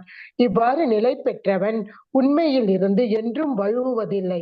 இதைவிட உயர்ந்த லாபம் ஏதுமில்லை என்று நினைக்கிறான். அத்தகு நிலையில் அமைந்தவன் மாபெரும் துயரங்களுக்கு மத்தியிலும் ஒருபோதும் அசைக்கப்படுவதில்லை. ஹரே கிருஷ்ணா மாதாஜி. ஹரே கிருஷ்ணா. அழகா படிச்சீங்க. ஏன்னா நம்ம ஸ்லோகம் படிக்க சொன்னோம். அது வந்து புக் இருந்தா ரொம்ப நல்லா இருந்திருக்கும். ஏன்னா அடுத்த வாட்டி புக் இருந்தா கொஞ்சம் பாருங்க. புக் வச்சு படிக்க ஆரம்பிப்போம். சரி, ஓகே. இப்ப என்ன சொல்லி சமாதி நிலை 8வது நிலையை ரொம்ப அற்புதமா படிச்சிருக்கோம். என்ன படிக்கிறதுனா, சமாதி என்று அழைக்கப்படும் பக்குவ நிலை மனம் யோக பயிற்சியின் மூலமாக ஜட துயரங்களிலிருந்து முழுமையாக விளக்கப்படுகிறது. ஏன்னா பௌதிகத்துல இருக்கிறவன் இந்த பயிற்சியை பண்ணவே முடியாது. ஆனா நம்ம என்ன பண்றோம் பாரு, ஒரு யோகா கிளாஸ்ல போய் 10,000 15,000 வருஷத்துக்கு பணம் கட்டிட்டு வந்துருவோம். ஜிம்ல போய் 15,000 கட்டிட்டு வந்துருவோம். கட்டிட்டு டெய்லி பண்ணிட்டு இருப்பான். ஆனா செஞ்சுட்டு வெளியே வந்த பிறகு நல்லா சாப்பிடுவாங்க, பௌதிக செயல் செயல்படுவாங்க. அப்ப என்ன ஆகும் பாருங்க, உடல் வந்து பாத்தீங்கன்னா சப்போர்ட்டே பண்ணாது. ஏதோ டைம் பாஸ் பண்ற மாதிரி பண்ணுவாங்க. அது யோக நிலை கிடையாது. யோக நிலைன்னா பௌதிக தன்மையை அடியோடு மறக்கணும். அவன் அதை வந்து கட்டுப்படுத்தணும். ஜட ஆசைக்கு வந்து முழுமையாக விளக்கப்படணும். அப்பதான் இந்த சமாதி நிலையை அடைய முடியும். தூய மனதால் தன்னை கண்டு தன்னிலை தன்னில் இன்பத்தை அனுபவத்திற்கு அவர்களிடம் உள்ள திறமையிலிருந்து இப்பக்குவ நிலை உணரலாம். இது ஆக்சுவலா சத்துவ குணத்துல செயல்படுற குணம் இது. இந்த செயல் இன்னொன்னு சொல்றாரு பாருங்க, அந்த எல்லாத்துக்கும் ஒரு புள்ளி வைக்கிறாரு பாருங்க. இந்த இன்ப நிலையில் அவன் திவ்யமான புலன்களின் மேலும் எல்லையற்ற திவ்யமானந்தத்தை ஆனந்தத்தை அனுபவிக்கிறான்றார். ஆனந்தத்தை அனுபவிக்கிறான்னு சொல்லும் போதே அவன் என்ன போறான் பாருங்க, ரசோகுணம்ன்றார். இதெல்லாம் எப்ப படிக்கலாம் தெரியுமா? 16வது அத்தியாயத்துல படிப்பான். ஞான யோகத்துல பகவான் கொடுக்கிறார். ரொம்ப அற்புதமா கொடுக்கிறார் அந்த அத்தியாயத்துல. இதை பத்தி விரிவா படிப்பார். இதே அத்தியாயத்துல கடைசியும் சொல்றாரு பாருங்க. இவ்வாறு நிலை பெற்றவன் உண்மையிலிருந்து என்றுமே வழுவதில்லை. இதை விட உயர்ந்த லாபம் எதுவும் இல்லை என்று நினைக்கிறான். அவன் தான் நினைக்கிறான், வேதம் சொல்லல. ஒரு புள்ளி வைக்கிறார் பாருங்க இடத்துல. அவன் நினைக்கிறான். இந்த யோக பயிற்சியில சமாதி நிலை அடைஞ்சா நாம வந்து உயர்ந்த லாபம் எதுவும் இல்லை என்று நினைக்கிறான்றார். ஆனா அத்தகு நிலையில் அமர்ந்தவன் மாபெரும் துன்ப மத்தியிலும் ஒருபோதும் அசைக்கப்படுவதில்லை. இந்த இடத்துல ரொம்ப ஒரு வித்தியாசமான ஒரு ரொம்ப சாராம்சம் உன்னிப்பா கவனிக்கணும் இதுல. ஏன்னா சமாதி நிலை அடைஞ்சா மட்டும் போதாது. அடுத்த நிலை ஒண்ணு இருக்கு, அதுதான் பக்தி யோகம். பக்தி யோகத்துல பண்ணாதான் நம்ம பகவான் லோகத்துக்கு போக முடியும். இதை பண்ணி முடிச்சான்னு வச்சுங்களேன், எங்க போகும் தெரியுங்களா? பிரம்மலோகம் பண்ணலாம், சொர்க்கலோகம் போகலாம், பித்ருலோகத்துல போகலாம், மரலோகத்துல போகலாம், சிவலோகத்துக்கு போகலாம். அங்கெல்லாம் போனா திரும்பி இங்கதான் வந்து ஆகணும். திருப்பி இங்கதான் ஜனம் பண்ணி ஆகணும் இல்லைங்களா? ஆனா பகவான் லோகத்துக்கு போனா திரும்பி வரப்போறது கிடையாது. சரி, இந்த இடத்துல ஒரு சின்ன ஒரு வைராக்கியத்தை கொடுக்குறாரு பாருங்க. நம்ம எப்படி திடமா இருக்கணும், எப்படி குறிக்கோளோட வாழணும் அப்படின்றதையும் ஒரு சின்ன ஒரு ஸ்லைடு மூலமா பார்க்கலாம். துரோணாச்சாரிய பயிற்சி கொடுக்குறாரு. எல்லா பாண்டவர்கள் எல்லாரும் கூப்பிட்டு வச்சு அதை அவங்களுக்கு அவங்களோட அவங்க சிஷியமாரெல்லாம் கூப்பிட்டு எல்லாரும் வச்சுட்டு ஒரு பறவையை பார்த்து அடிடான்றாரு. ஒரு மரத்துல உள்ள ஒரு பறவை வச்சுட்டார், பொம்மை பறவை. அதை கண்ணை பார்த்து ஷூட் பண்ணுங்கன்றார். எல்லார்ட்டையும் முதல்ல யுதிஷ்டமாக கொடுக்குறாரு. யுதிஷ்டர் வந்து பாக்குறாரு. உடனே அம்பு கொடுத்தாச்சு, வில்லையும் கொடுத்தாச்சு, அட்றான்றாரு. உடனே பாக்குறான். பார்த்தா அந்த மரத்துல பார்த்தா ஒரு கிளை இருக்குன்றான். அந்த கிளைக்குள்ள ஒரு இலை இருக்குதுன்றான். அந்த இலைக்குள்ள ஒரு புழு இருக்குன்றான். நான் இப்ப அடிச்சா அந்த இலை போயிடுமே, இலை விழுந்துரும். விழுந்தது மட்டும் அந்த புழு வேற இருக்குது, அதுவும் செத்து போயிடுமே, அது பாவம் இல்லையா அப்படின்னு யார்கிட்ட கேட்கறான்? துரோணாச்சாரிட்ட கேட்கறான். சரி, நீ உரங்கல்லு. அதுக்கப்புறம் பீமனை கொடுக்குறாங்க. பீமா அந்த மரத்தையே பிடிங்கி போட்டுறான். அவன் இன்னொருத்தக்கிறான் பாருங்க, துரியோதனை. அவன் கையில உள்ளதான தீட்டி அடிக்கிறான். இந்த மாதிரி அவனுக்கு புத்திக்கு தகுந்த மாதிரி செய்யறான். அதே அர்ஜுனன் பாருங்க, கரெக்டா பார்த்துட்டு அது எதை பத்தியும் கவலைப்படல. குரு என்ன சொன்னாரோ அதை கரெக்டா அடிக்கிறான். நம்ம ஆச்சாரிகள் என்ன சொல்றாங்க, நம்ம முன்னோர்கள் என்ன சொன்னாங்க, நம்ம பாட்டனர் என்ன சொன்னாங்க, ஆன்மீக சம்பந்தப்பட்டு செயல்படும் சொல்லும் போது அதை நாமும் செம்மையா செய்யணும் இல்லைங்களா? அதுதான் சொல்ற துரோண பயிற்சி. அர்ஜுனன் மனதி தன் இலக்கு பார்வை கண்ணில் மட்டுமே உள்ளது. அந்த இலக்கு நம்ம அப்படிதான் இருக்கணும். அப்பதான் நம்ம தன்னிலை அடைய முடியும். அதே ஒரு வைராக்கியம் இருக்கும் நமக்கு. பகவான் மேல பக்தி கொடுக்கும்போது ஒரு வைராக்கியம் இருக்கணும். இது என்னுடைய தர்மம் தான் நினைக்கணும். இது என்னுடைய கடமை நினைக்க கூடாது, தர்மம் தான் நினைக்கணும். தர்மம் தான் என்னைக்குமே நம்மளை என்ன பண்ணா பந்தப்படுத்தாது. கடமை சொல்லும் போது பார்த்தாலும் பந்தப்படுத்தும். இது எனக்கு எனக்கு என்னுடைய துன்பம் எல்லாம் போகணும், எனக்கு மோட்சம் கிடைக்கணும் அப்படின்னாவே அதுவும் ஒரு மோக பக்தி தான். அதுவும் ஒரு மோக பக்தி தான். அதுதான் அங்கிரீஷ மகாராஜ் சொல்லுவார் பாருங்க. என்ன சொல்றாரு பாத்தீங்கன்னா அங்கிரீஷ் மகாராஜ் சரி, குலசேகர ஆழ்வாரும் ரொம்ப அற்புதமா சொல்றாங்க. நீ எங்க ஒண்ணு என்ன படைச்சிக்க பகவானே, எங்க ஒண்ணு என்ன படைச்சிக்கோ, அதெல்லாம் பாதாளத்துல படைச்சிக்கோ. மலம் இருக்கு பத்தீங்களா, மலம், அந்த மலத்துக்குள்ள புழுவா கூட என்ன படைச்சிக்கோன்ற. நரகலோகத்தோட படைச்சிக்கோ, எங்க ஒன்னாலும் படைச்சிக்கோ, நாயா கூட படைச்சிக்கோ. ஆனா உன்னுடைய அதிபக்தியோட நான் செயல்படணும். அந்த ஞானம் எனக்கு வேணும், அந்த இது மட்டும் எனக்கு கொடுங்கன்ற. அப்ப எப்படிப்பட்ட பக்தி பாருங்க. எனக்கு அந்த சுகம்லாம் வேணாம், எனக்கு பக்தி மாத்திரம் தான் வேணும். உன்னை சதா நேரம் நினைச்சிட்டே இருக்கணும். நீ என்ன கஷ்டப்பட்டா நான் பண்ணிக்கிட்டே இருப்பேன், நான் அதை பத்தி கவலைப்பட மாட்டேன். பக்தி. நம்ம எல்லாம் முதல் லெவல்ல இருக்கிறோம். நம்ம ஆச்சாரியர்கள் என்ன சொல்றாங்க தெரியுங்களா? முதல் லெவல்ல இருக்கிறவங்களுக்கு பாத்தீங்கன்னா என்ன சொல்ல முடியும், என்னோட லோகத்து வாழ்ந்தான் நம்ம சொல்லணும், அழைச்சின்னு போனோம். அதே நீங்க 2வது லெவல், 3வது லெவல், 4வது லெவல் போனீங்கன்னா பகவான் லோகத்துக்கு போதும் ஆசைப்பட மாட்டீங்க, பகவான் நாமத்தை சொல்லணும் ஆசைப்படுவீங்க. பகவான் நாமத்தை சொல்லிட்டோம். பகவான் லோகத்துல போனா போய் அவருடைய கமல பாதங்களை போய் சரணாகதி அடைஞ்சா மட்டும் பத்தாது, ஹரிநாமத்தை சொல்லி இல்லைங்களா? ஹரே கிருஷ்ணா. அந்த வைராக்கி நமக்கு இருக்கணும். அதே மாதிரி திரௌபதி சுயமரத்துல பாருங்க, அர்ஜுனன் பாருங்க, கீழே இருக்கிற நிழலை பார்த்து அடிக்கிறான், மேல அடிக்கிறான். அந்த மாதிரி ஒரு நம்மளுக்கு குறிக்கோள் இருக்கணும் பக்தியில. அதே நம்ம பௌதிகத்துல போகும்போது வீழ்ச்சி அடைகிறோம். அதே ஆன்மீகத்துல போகும்போது நம்ம முக்தி கிடைக்கும். முக்தி மாத்திரம் இல்ல, இந்த வாழ்நாள்லயே நமக்கு சுகம் கிடைக்கும். அழகான இடத்துல வந்திருக்கிறோம். ஹரே கிருஷ்ண மாதாஜி. 34வது பதம்.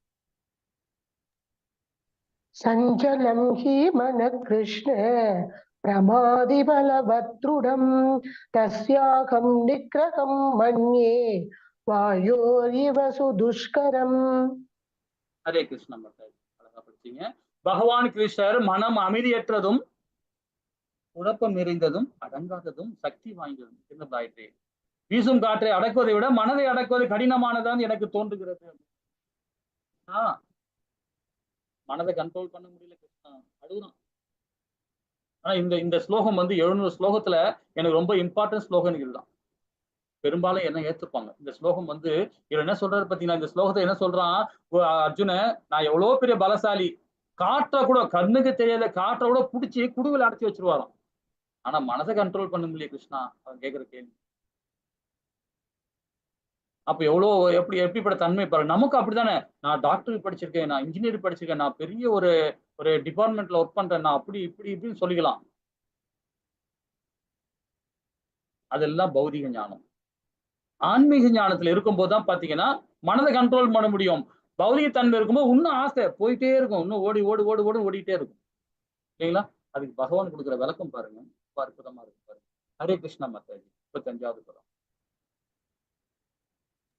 ஸ்ரீ பகவான் உவாச்ச அசம்சயம் மகாபாஹோ மனோ துர்நிக்ரகம் சலம் அபியாசேன து கௌந்தேய வைராகேன ச க்ருஹ்யதே.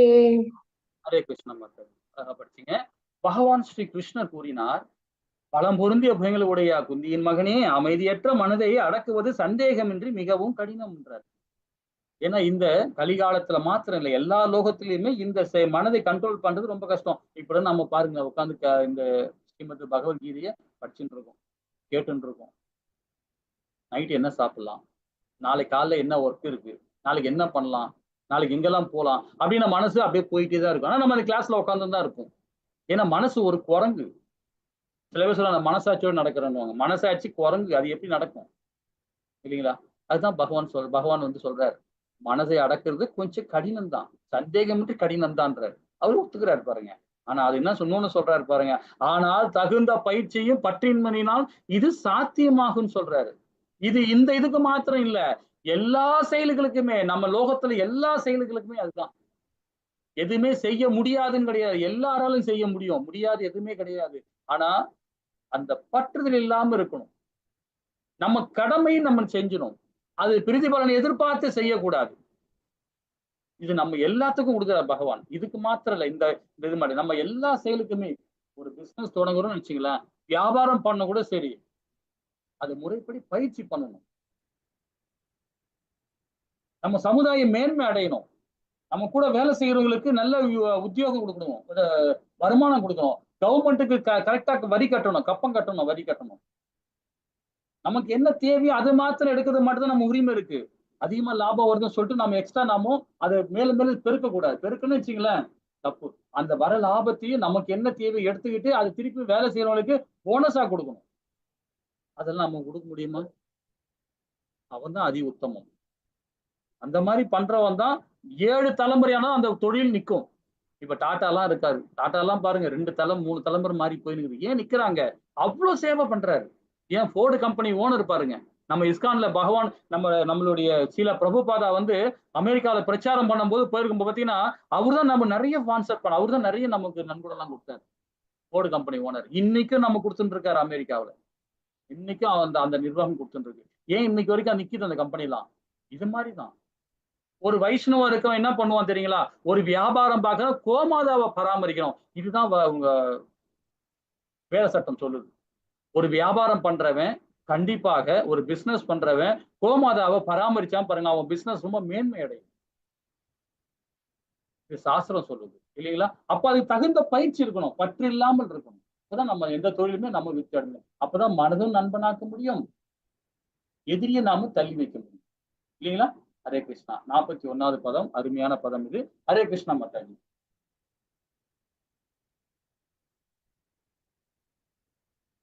ஹரே கிருஷ்ணா மாதாஜி, படிக்கிறீங்களா? படிக்கலன்னா நான் படிக்கிறேன் பிரபுஜி, டைம் போறது இல்லையா உங்களுக்கு? ஆமா ஆமா ஆமா. பிராபிய புண்ணியகிருதாம் லோகான் உஷித்வா சாஸ்வதி சமாஹ சுச்சீனாம் ஸ்ரீமதாம் கேஹே யோக பிரஷ்டோ பிஜாயதே. ஹரே கிருஷ்ணா மாதாஜி. இது என்ன பண்றதுன்னா, இப்ப நம்ம ஏற்கனவே படிச்சோம் இல்லையா, சொன்ன நம்ம கிளாஸ் ஆரம்பிக்கும் படிச்சோம். என்ன பண்ணா, பக்தி யோகத்துல கண்டினியூயா பண்றோம். பக்தியில இருக்கிறவங்க வந்து பாத்தீங்கன்னா ஆரம்ப கெட்ட பக்தர்னு சொல்லுவாங்க. அதாவது யோக வெற்றி அடையாதவர், யோக நிலை அடையாத பக்தர்கள் இருக்காங்களே, அவங்களுடைய இலக்கு என்னன்னு பாத்தீங்கன்னா இறந்துட்டாங்க சீக்கிரமாவே. யோக பேச்சுல பகவானுடைய பக்தி யோகத்துல போகும்போது சீக்கிரமா இறந்துட்டாங்கன்னா அந்த யோகி பாத்தீங்கன்னா வெற்றி அடையாத யோகி, புண்ணிய ஆத்மாக்களின் லோகங்களில் பற்பல வருடங்கள் அனுபவித்த பின் நல்லோர் குடும்பத்தில் அல்லது வெறும் செல்வந்தர் குடும்பத்தில் பிறக்கிறார்கள். இப்ப நாமே சொல்லுவாங்க நிறைய பேர், நான் பிராமண குலம், நான் பிராமணன், பிறப்பால் பிராமணன். நீ புண்ணியவாதி, தப்பு இல்லை. ஆனா இப்பிறவில நீ என்ன பண்ண? பகவானுக்கு பக்தி கொடுத்தியா? அதுதான் முக்கியம். நீ எந்த குளத்துல வேணா பிறந்திருக்கலாம், பகவானுக்கு பக்தி படுகிறியா? அவன் தான் பிராமணன். மெயின் அதுதானே. சத்திரியனா பிறந்திருக்கிறியா? உத்தமம், அதி உத்தமம். ஆனா அந்த செயல் நீ பண்றியா? அதுதான் இம்பார்ட்டன்ட் இல்லைங்களா? அப்போ வெற்றி அடையாத யோகி. இப்ப நம்ம 60 வயசு வரைக்கும் ஓடிக்கிட்டே இருக்கோம், வியாபாரத்துல ஓடிக்கிட்டே இருக்கோம், பணம் பெருத்துக்கிட்டே இருக்கிறோம். ஆனா 60 வயசுக்கு அப்புறம் அப்பாடான்னு உட்காந்துரும். தப்பு இல்லை, நம்ம அது மாதிரிதான் வாழ்ந்துட்டு இருக்கோம், பரவாயில்லைன்ற. அதுக்கும் பகவான் சொல்றாரு, அப்ப அந்த 60 வயசு பிறகுமாவது பக்தி கொடு அப்படின்றாரு. அந்த பக்தி கொடுத்துக்கிட்டே இருக்கிறோம். ஒரு 10 வருஷம், 5 வருஷம், 4 வருஷம், 1 வருஷம் பகவானுக்கு பக்தி விடுவான். அந்த டைம்ல நம்ம இறந்துட்டோம். அப்ப என்ன பண்ண தெரியுங்களா? ஏன்னா இறக்கும் தருவாயில எவன் ஒருத்தன் ஹரிநாமத்தோட அனனிய பக்தியை கொடுக்கறானோ, இறக்கும் தருவாயில பிரம்ம நிலை அடையாத அந்த அந்த ஆத்மா கண்டிப்பாக ஒரு நல்லோர் குடும்பத்துல, ஒரு செல்வந்தர் குடும்பத்துல, ஒரு கல்வியாளர் குடும்பத்துல பிறப்பார். அது அதி உத்தமமான நிலை இல்லையா? நம்ம முத்தி கிடைக்கலாம் பரவாயில்ல, அந்த பிறவில, அடுத்த பிறவில முத்தி கிடைக்கும் கண்டிப்பான்றார். எப்படி சொல்ல பாத்தீங்கன்னா, இப்ப நம்ம இந்த உடல் தான் நமக்கு போயிடுச்சு. இப்ப நான் செல்வன்ற பேர்ல, என் பேர்ல நான் இந்த உடலுக்கு செல்வம் இருக்கு, இந்த உடல் மட்டும் நான் இறந்துட்டேன்னு என்ன ஆகும்? இந்த மாதிரி கோலத்துல நான் இறந்துட்டேன்னா அடுத்த பிறவி வந்து ஏதோ ஒரு நல்ல பிறவி கிடையாது. ஒரு செல்வந்தர் வீட்லயோ, ஒரு கல்வியாளர் குடும்பத்திலயோ, ஏதோ ஒரு வீட்டுல நான் பிறக்கிறேன். ஒரு உதாரணத்தை தான் சொல்ல வரேன். அந்த இடத்துல பிறந்தேன்னு வச்சுங்களேன், எந்த உடல் தான் அழிஞ்சது தவிர, 5 விதமான புலன்கள் தான் அழிஞ்சதே தவிர உள்ள இருக்கிற சூட்சம உடல் அழியலையே. அது உள்ள இருக்கிற சூட்சம உடல் சொல்லியிருக்கோம், பொய், அகங்காரம், மனம், புத்தி. அது அழியாது. இந்த லோகத்துல நம்ம என்னெல்லாம் பண்ணமோ அந்த இருக்கும். ஆனா நமக்கு ஞாபகம் வராது. அடுத்த பிறவி பண்ண ஞாபகம் வராது. அது தெய்வம், அதாவது பகவான் நமக்கு அருள் கொடுத்தாதான் ஞாபகம் வரும். அப்ப அந்த சூட்சம உடல் அங்க போயிடும். அந்த உடல்ல போயிடும். செல்வந்தர் வீட்டுல கல்வியாளர் குடும்பத்துல போயின பிறகு அங்க போன பிறகு அந்த ஞானம் ஆட்டோமேட்டிக்கா பகவான் அங்க கொடுப்பாரு. நீ எங்க இந்த பக்தியை விட்டியோ, 60 வயசுக்கு மேல நீ பக்தி கொடுக்க ஆரம்பிச்சு ஒரு குறிப்பிட்ட நாளுக்குள்ள நம்ம இறந்துட்டோம்னு வச்சுங்களேன், எங்க நீங்க நிறுத்துனீங்களோ அதே பக்தியை அடுத்த பிறவி உங்களுக்கு கொடுக்குறாரு. கொடுத்தது மாத்திரம் இல்லாம அந்த பிறவியில உங்களுக்கு முக்தி கொடுக்குறாரு. இதெல்லாம் 2வது கிளாஸ்ல வாங்க, ரொம்ப அற்புதம் படிக்கலாம். நம்ம டைம் இல்ல, சொல்லணும்னு சொல்லிக்கிட்டே போலாம். 42வது பதம் மாத்தாஜி. ஹரே கிருஷ்ணா. अथवा योगिनां एव कुले भवति धीमताम् ये दत्ति दुर्लभतरं लोके जन्म यत्तीदृशम्. ஹரே கிருஷ்ணா. அல்லது நீண்ட கால யோக பயிற்சியின் பின் வெற்றி அடையாதவர். இப்போ ஒருத்தர் 50 வயசு 60 வயசுக்கு மேல நம்ம சொல்லணும், ஒரு 35 வயசுல தொடங்கிட்டாருப்பா பக்தி யோகத்தை. தொடங்கிட்டு கூட பௌதியத்திலயும் இருப்பார், சில நேரத்துல இங்கேயும் வருவார், பக்தியும் கொடுப்பார்.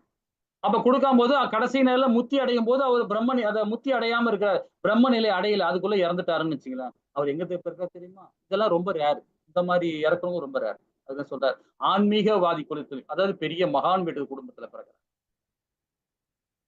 அறிவின் சிறந்து விளங்கும் ஆன்மீகவாதி குலத்தில் பிறப்பது உறுதி.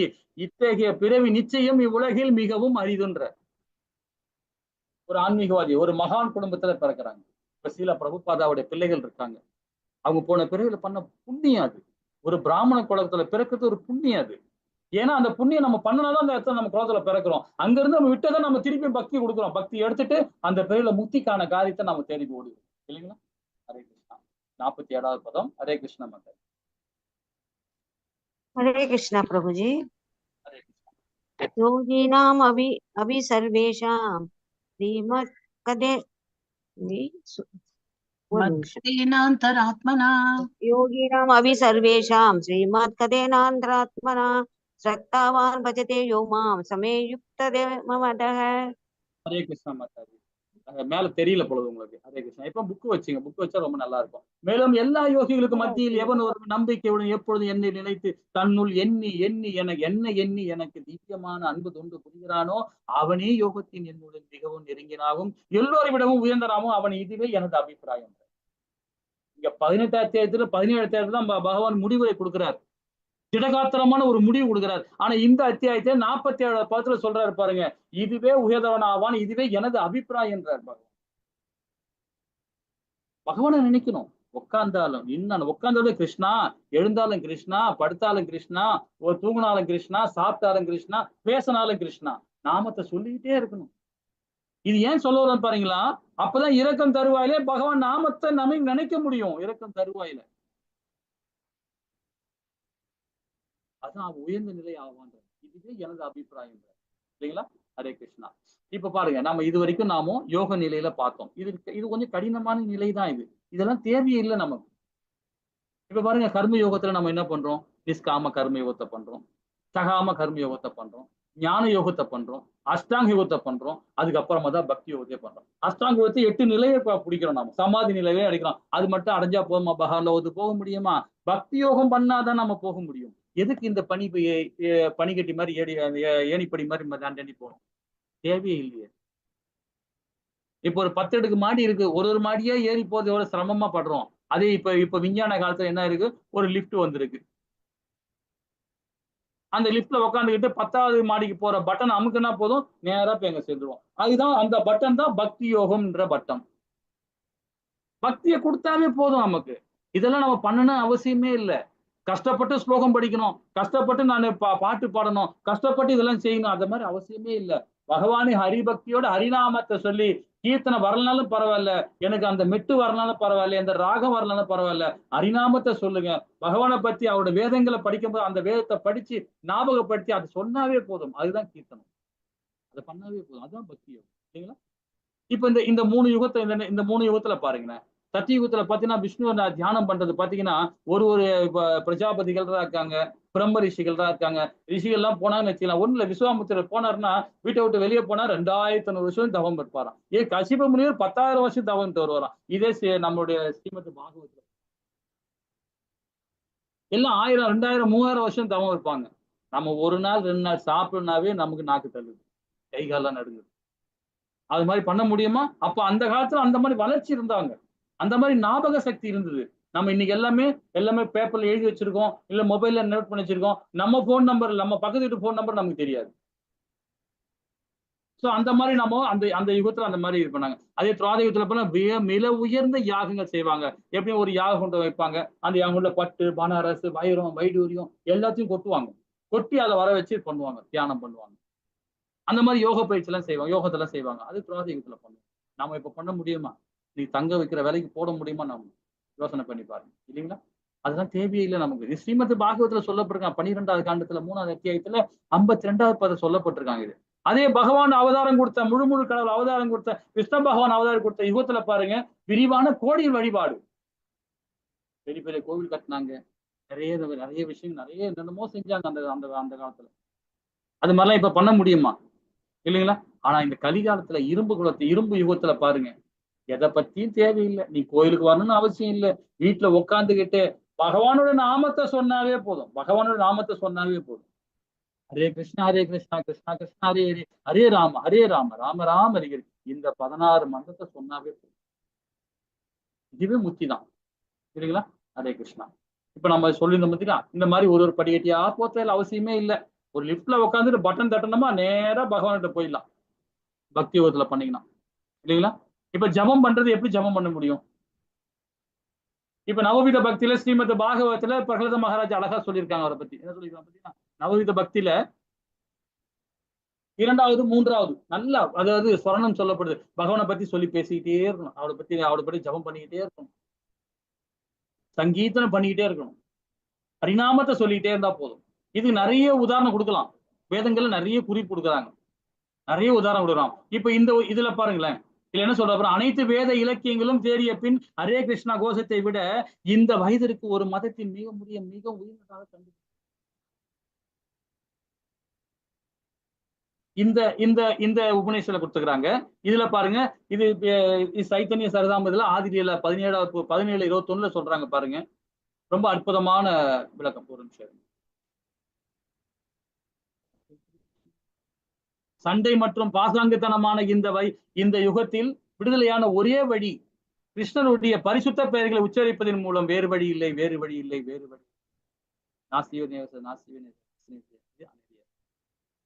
இது சைத்தன்ய சரிதாமத்துல ஆதிரியில 17:21 சொல்லப்பட்டிருக்காங்க. இதே ஸ்ரீமத் பாகவத்துல 12வது காண்டத்துல 3வது அத்தியாயத்துல 51வது ஸ்லோகத்தை சொல்லுது, என் அன்பான ராஜா, கலியுகத்தின் குறைபாடுகள் நிறைந்திருந்தாலும் இந்த வயதை பற்றி இன்னும் ஒரு நல்ல குணம் இருக்கிறது. வெறுமன ஹரே கிருஷ்ணா மகாமந்திரத்தை உச்சரிப்பதன் மூலம் ஒருவர் பொருள் அடிமையில் இருந்து விடுபட்டு ஆழ்நிலை ராஜ்யத்தை உயர்த்தப்படலாம். பகவான் ஹரிநாமத்தை சொல்லிட்டே இருக்கணும். ஹரிபக்தியோட இது எப்ப சொன்னது பாருங்க, 5500 வருஷத்துக்கு முன்னாடி ஸ்ரீமத் பாகவதம் வியாச பகவானால எழுதப்பட்டது. ரொம்ப அற்புதமா சொல்லப்பட்டது. ஹரே கிருஷ்ணா மகாமந்திரம் தான் நமக்கு தாரக மந்திரமே. இதே பகவத்கீதை 10வது அத்தியாயத்துல 25வது ஸ்லோகத்துல விபூதி யோகத்தை சொல்லப்பட்டிருக்காங்க. கிருஷ்ணராகிய நான் யாகங்களில் என் பெயர்களை உச்சரிக்கும் ஜப யாக்கியமாக என்றார். ஏன்னா பகவானுடைய நாமத்துலதான் வாசமே செய்யறார்.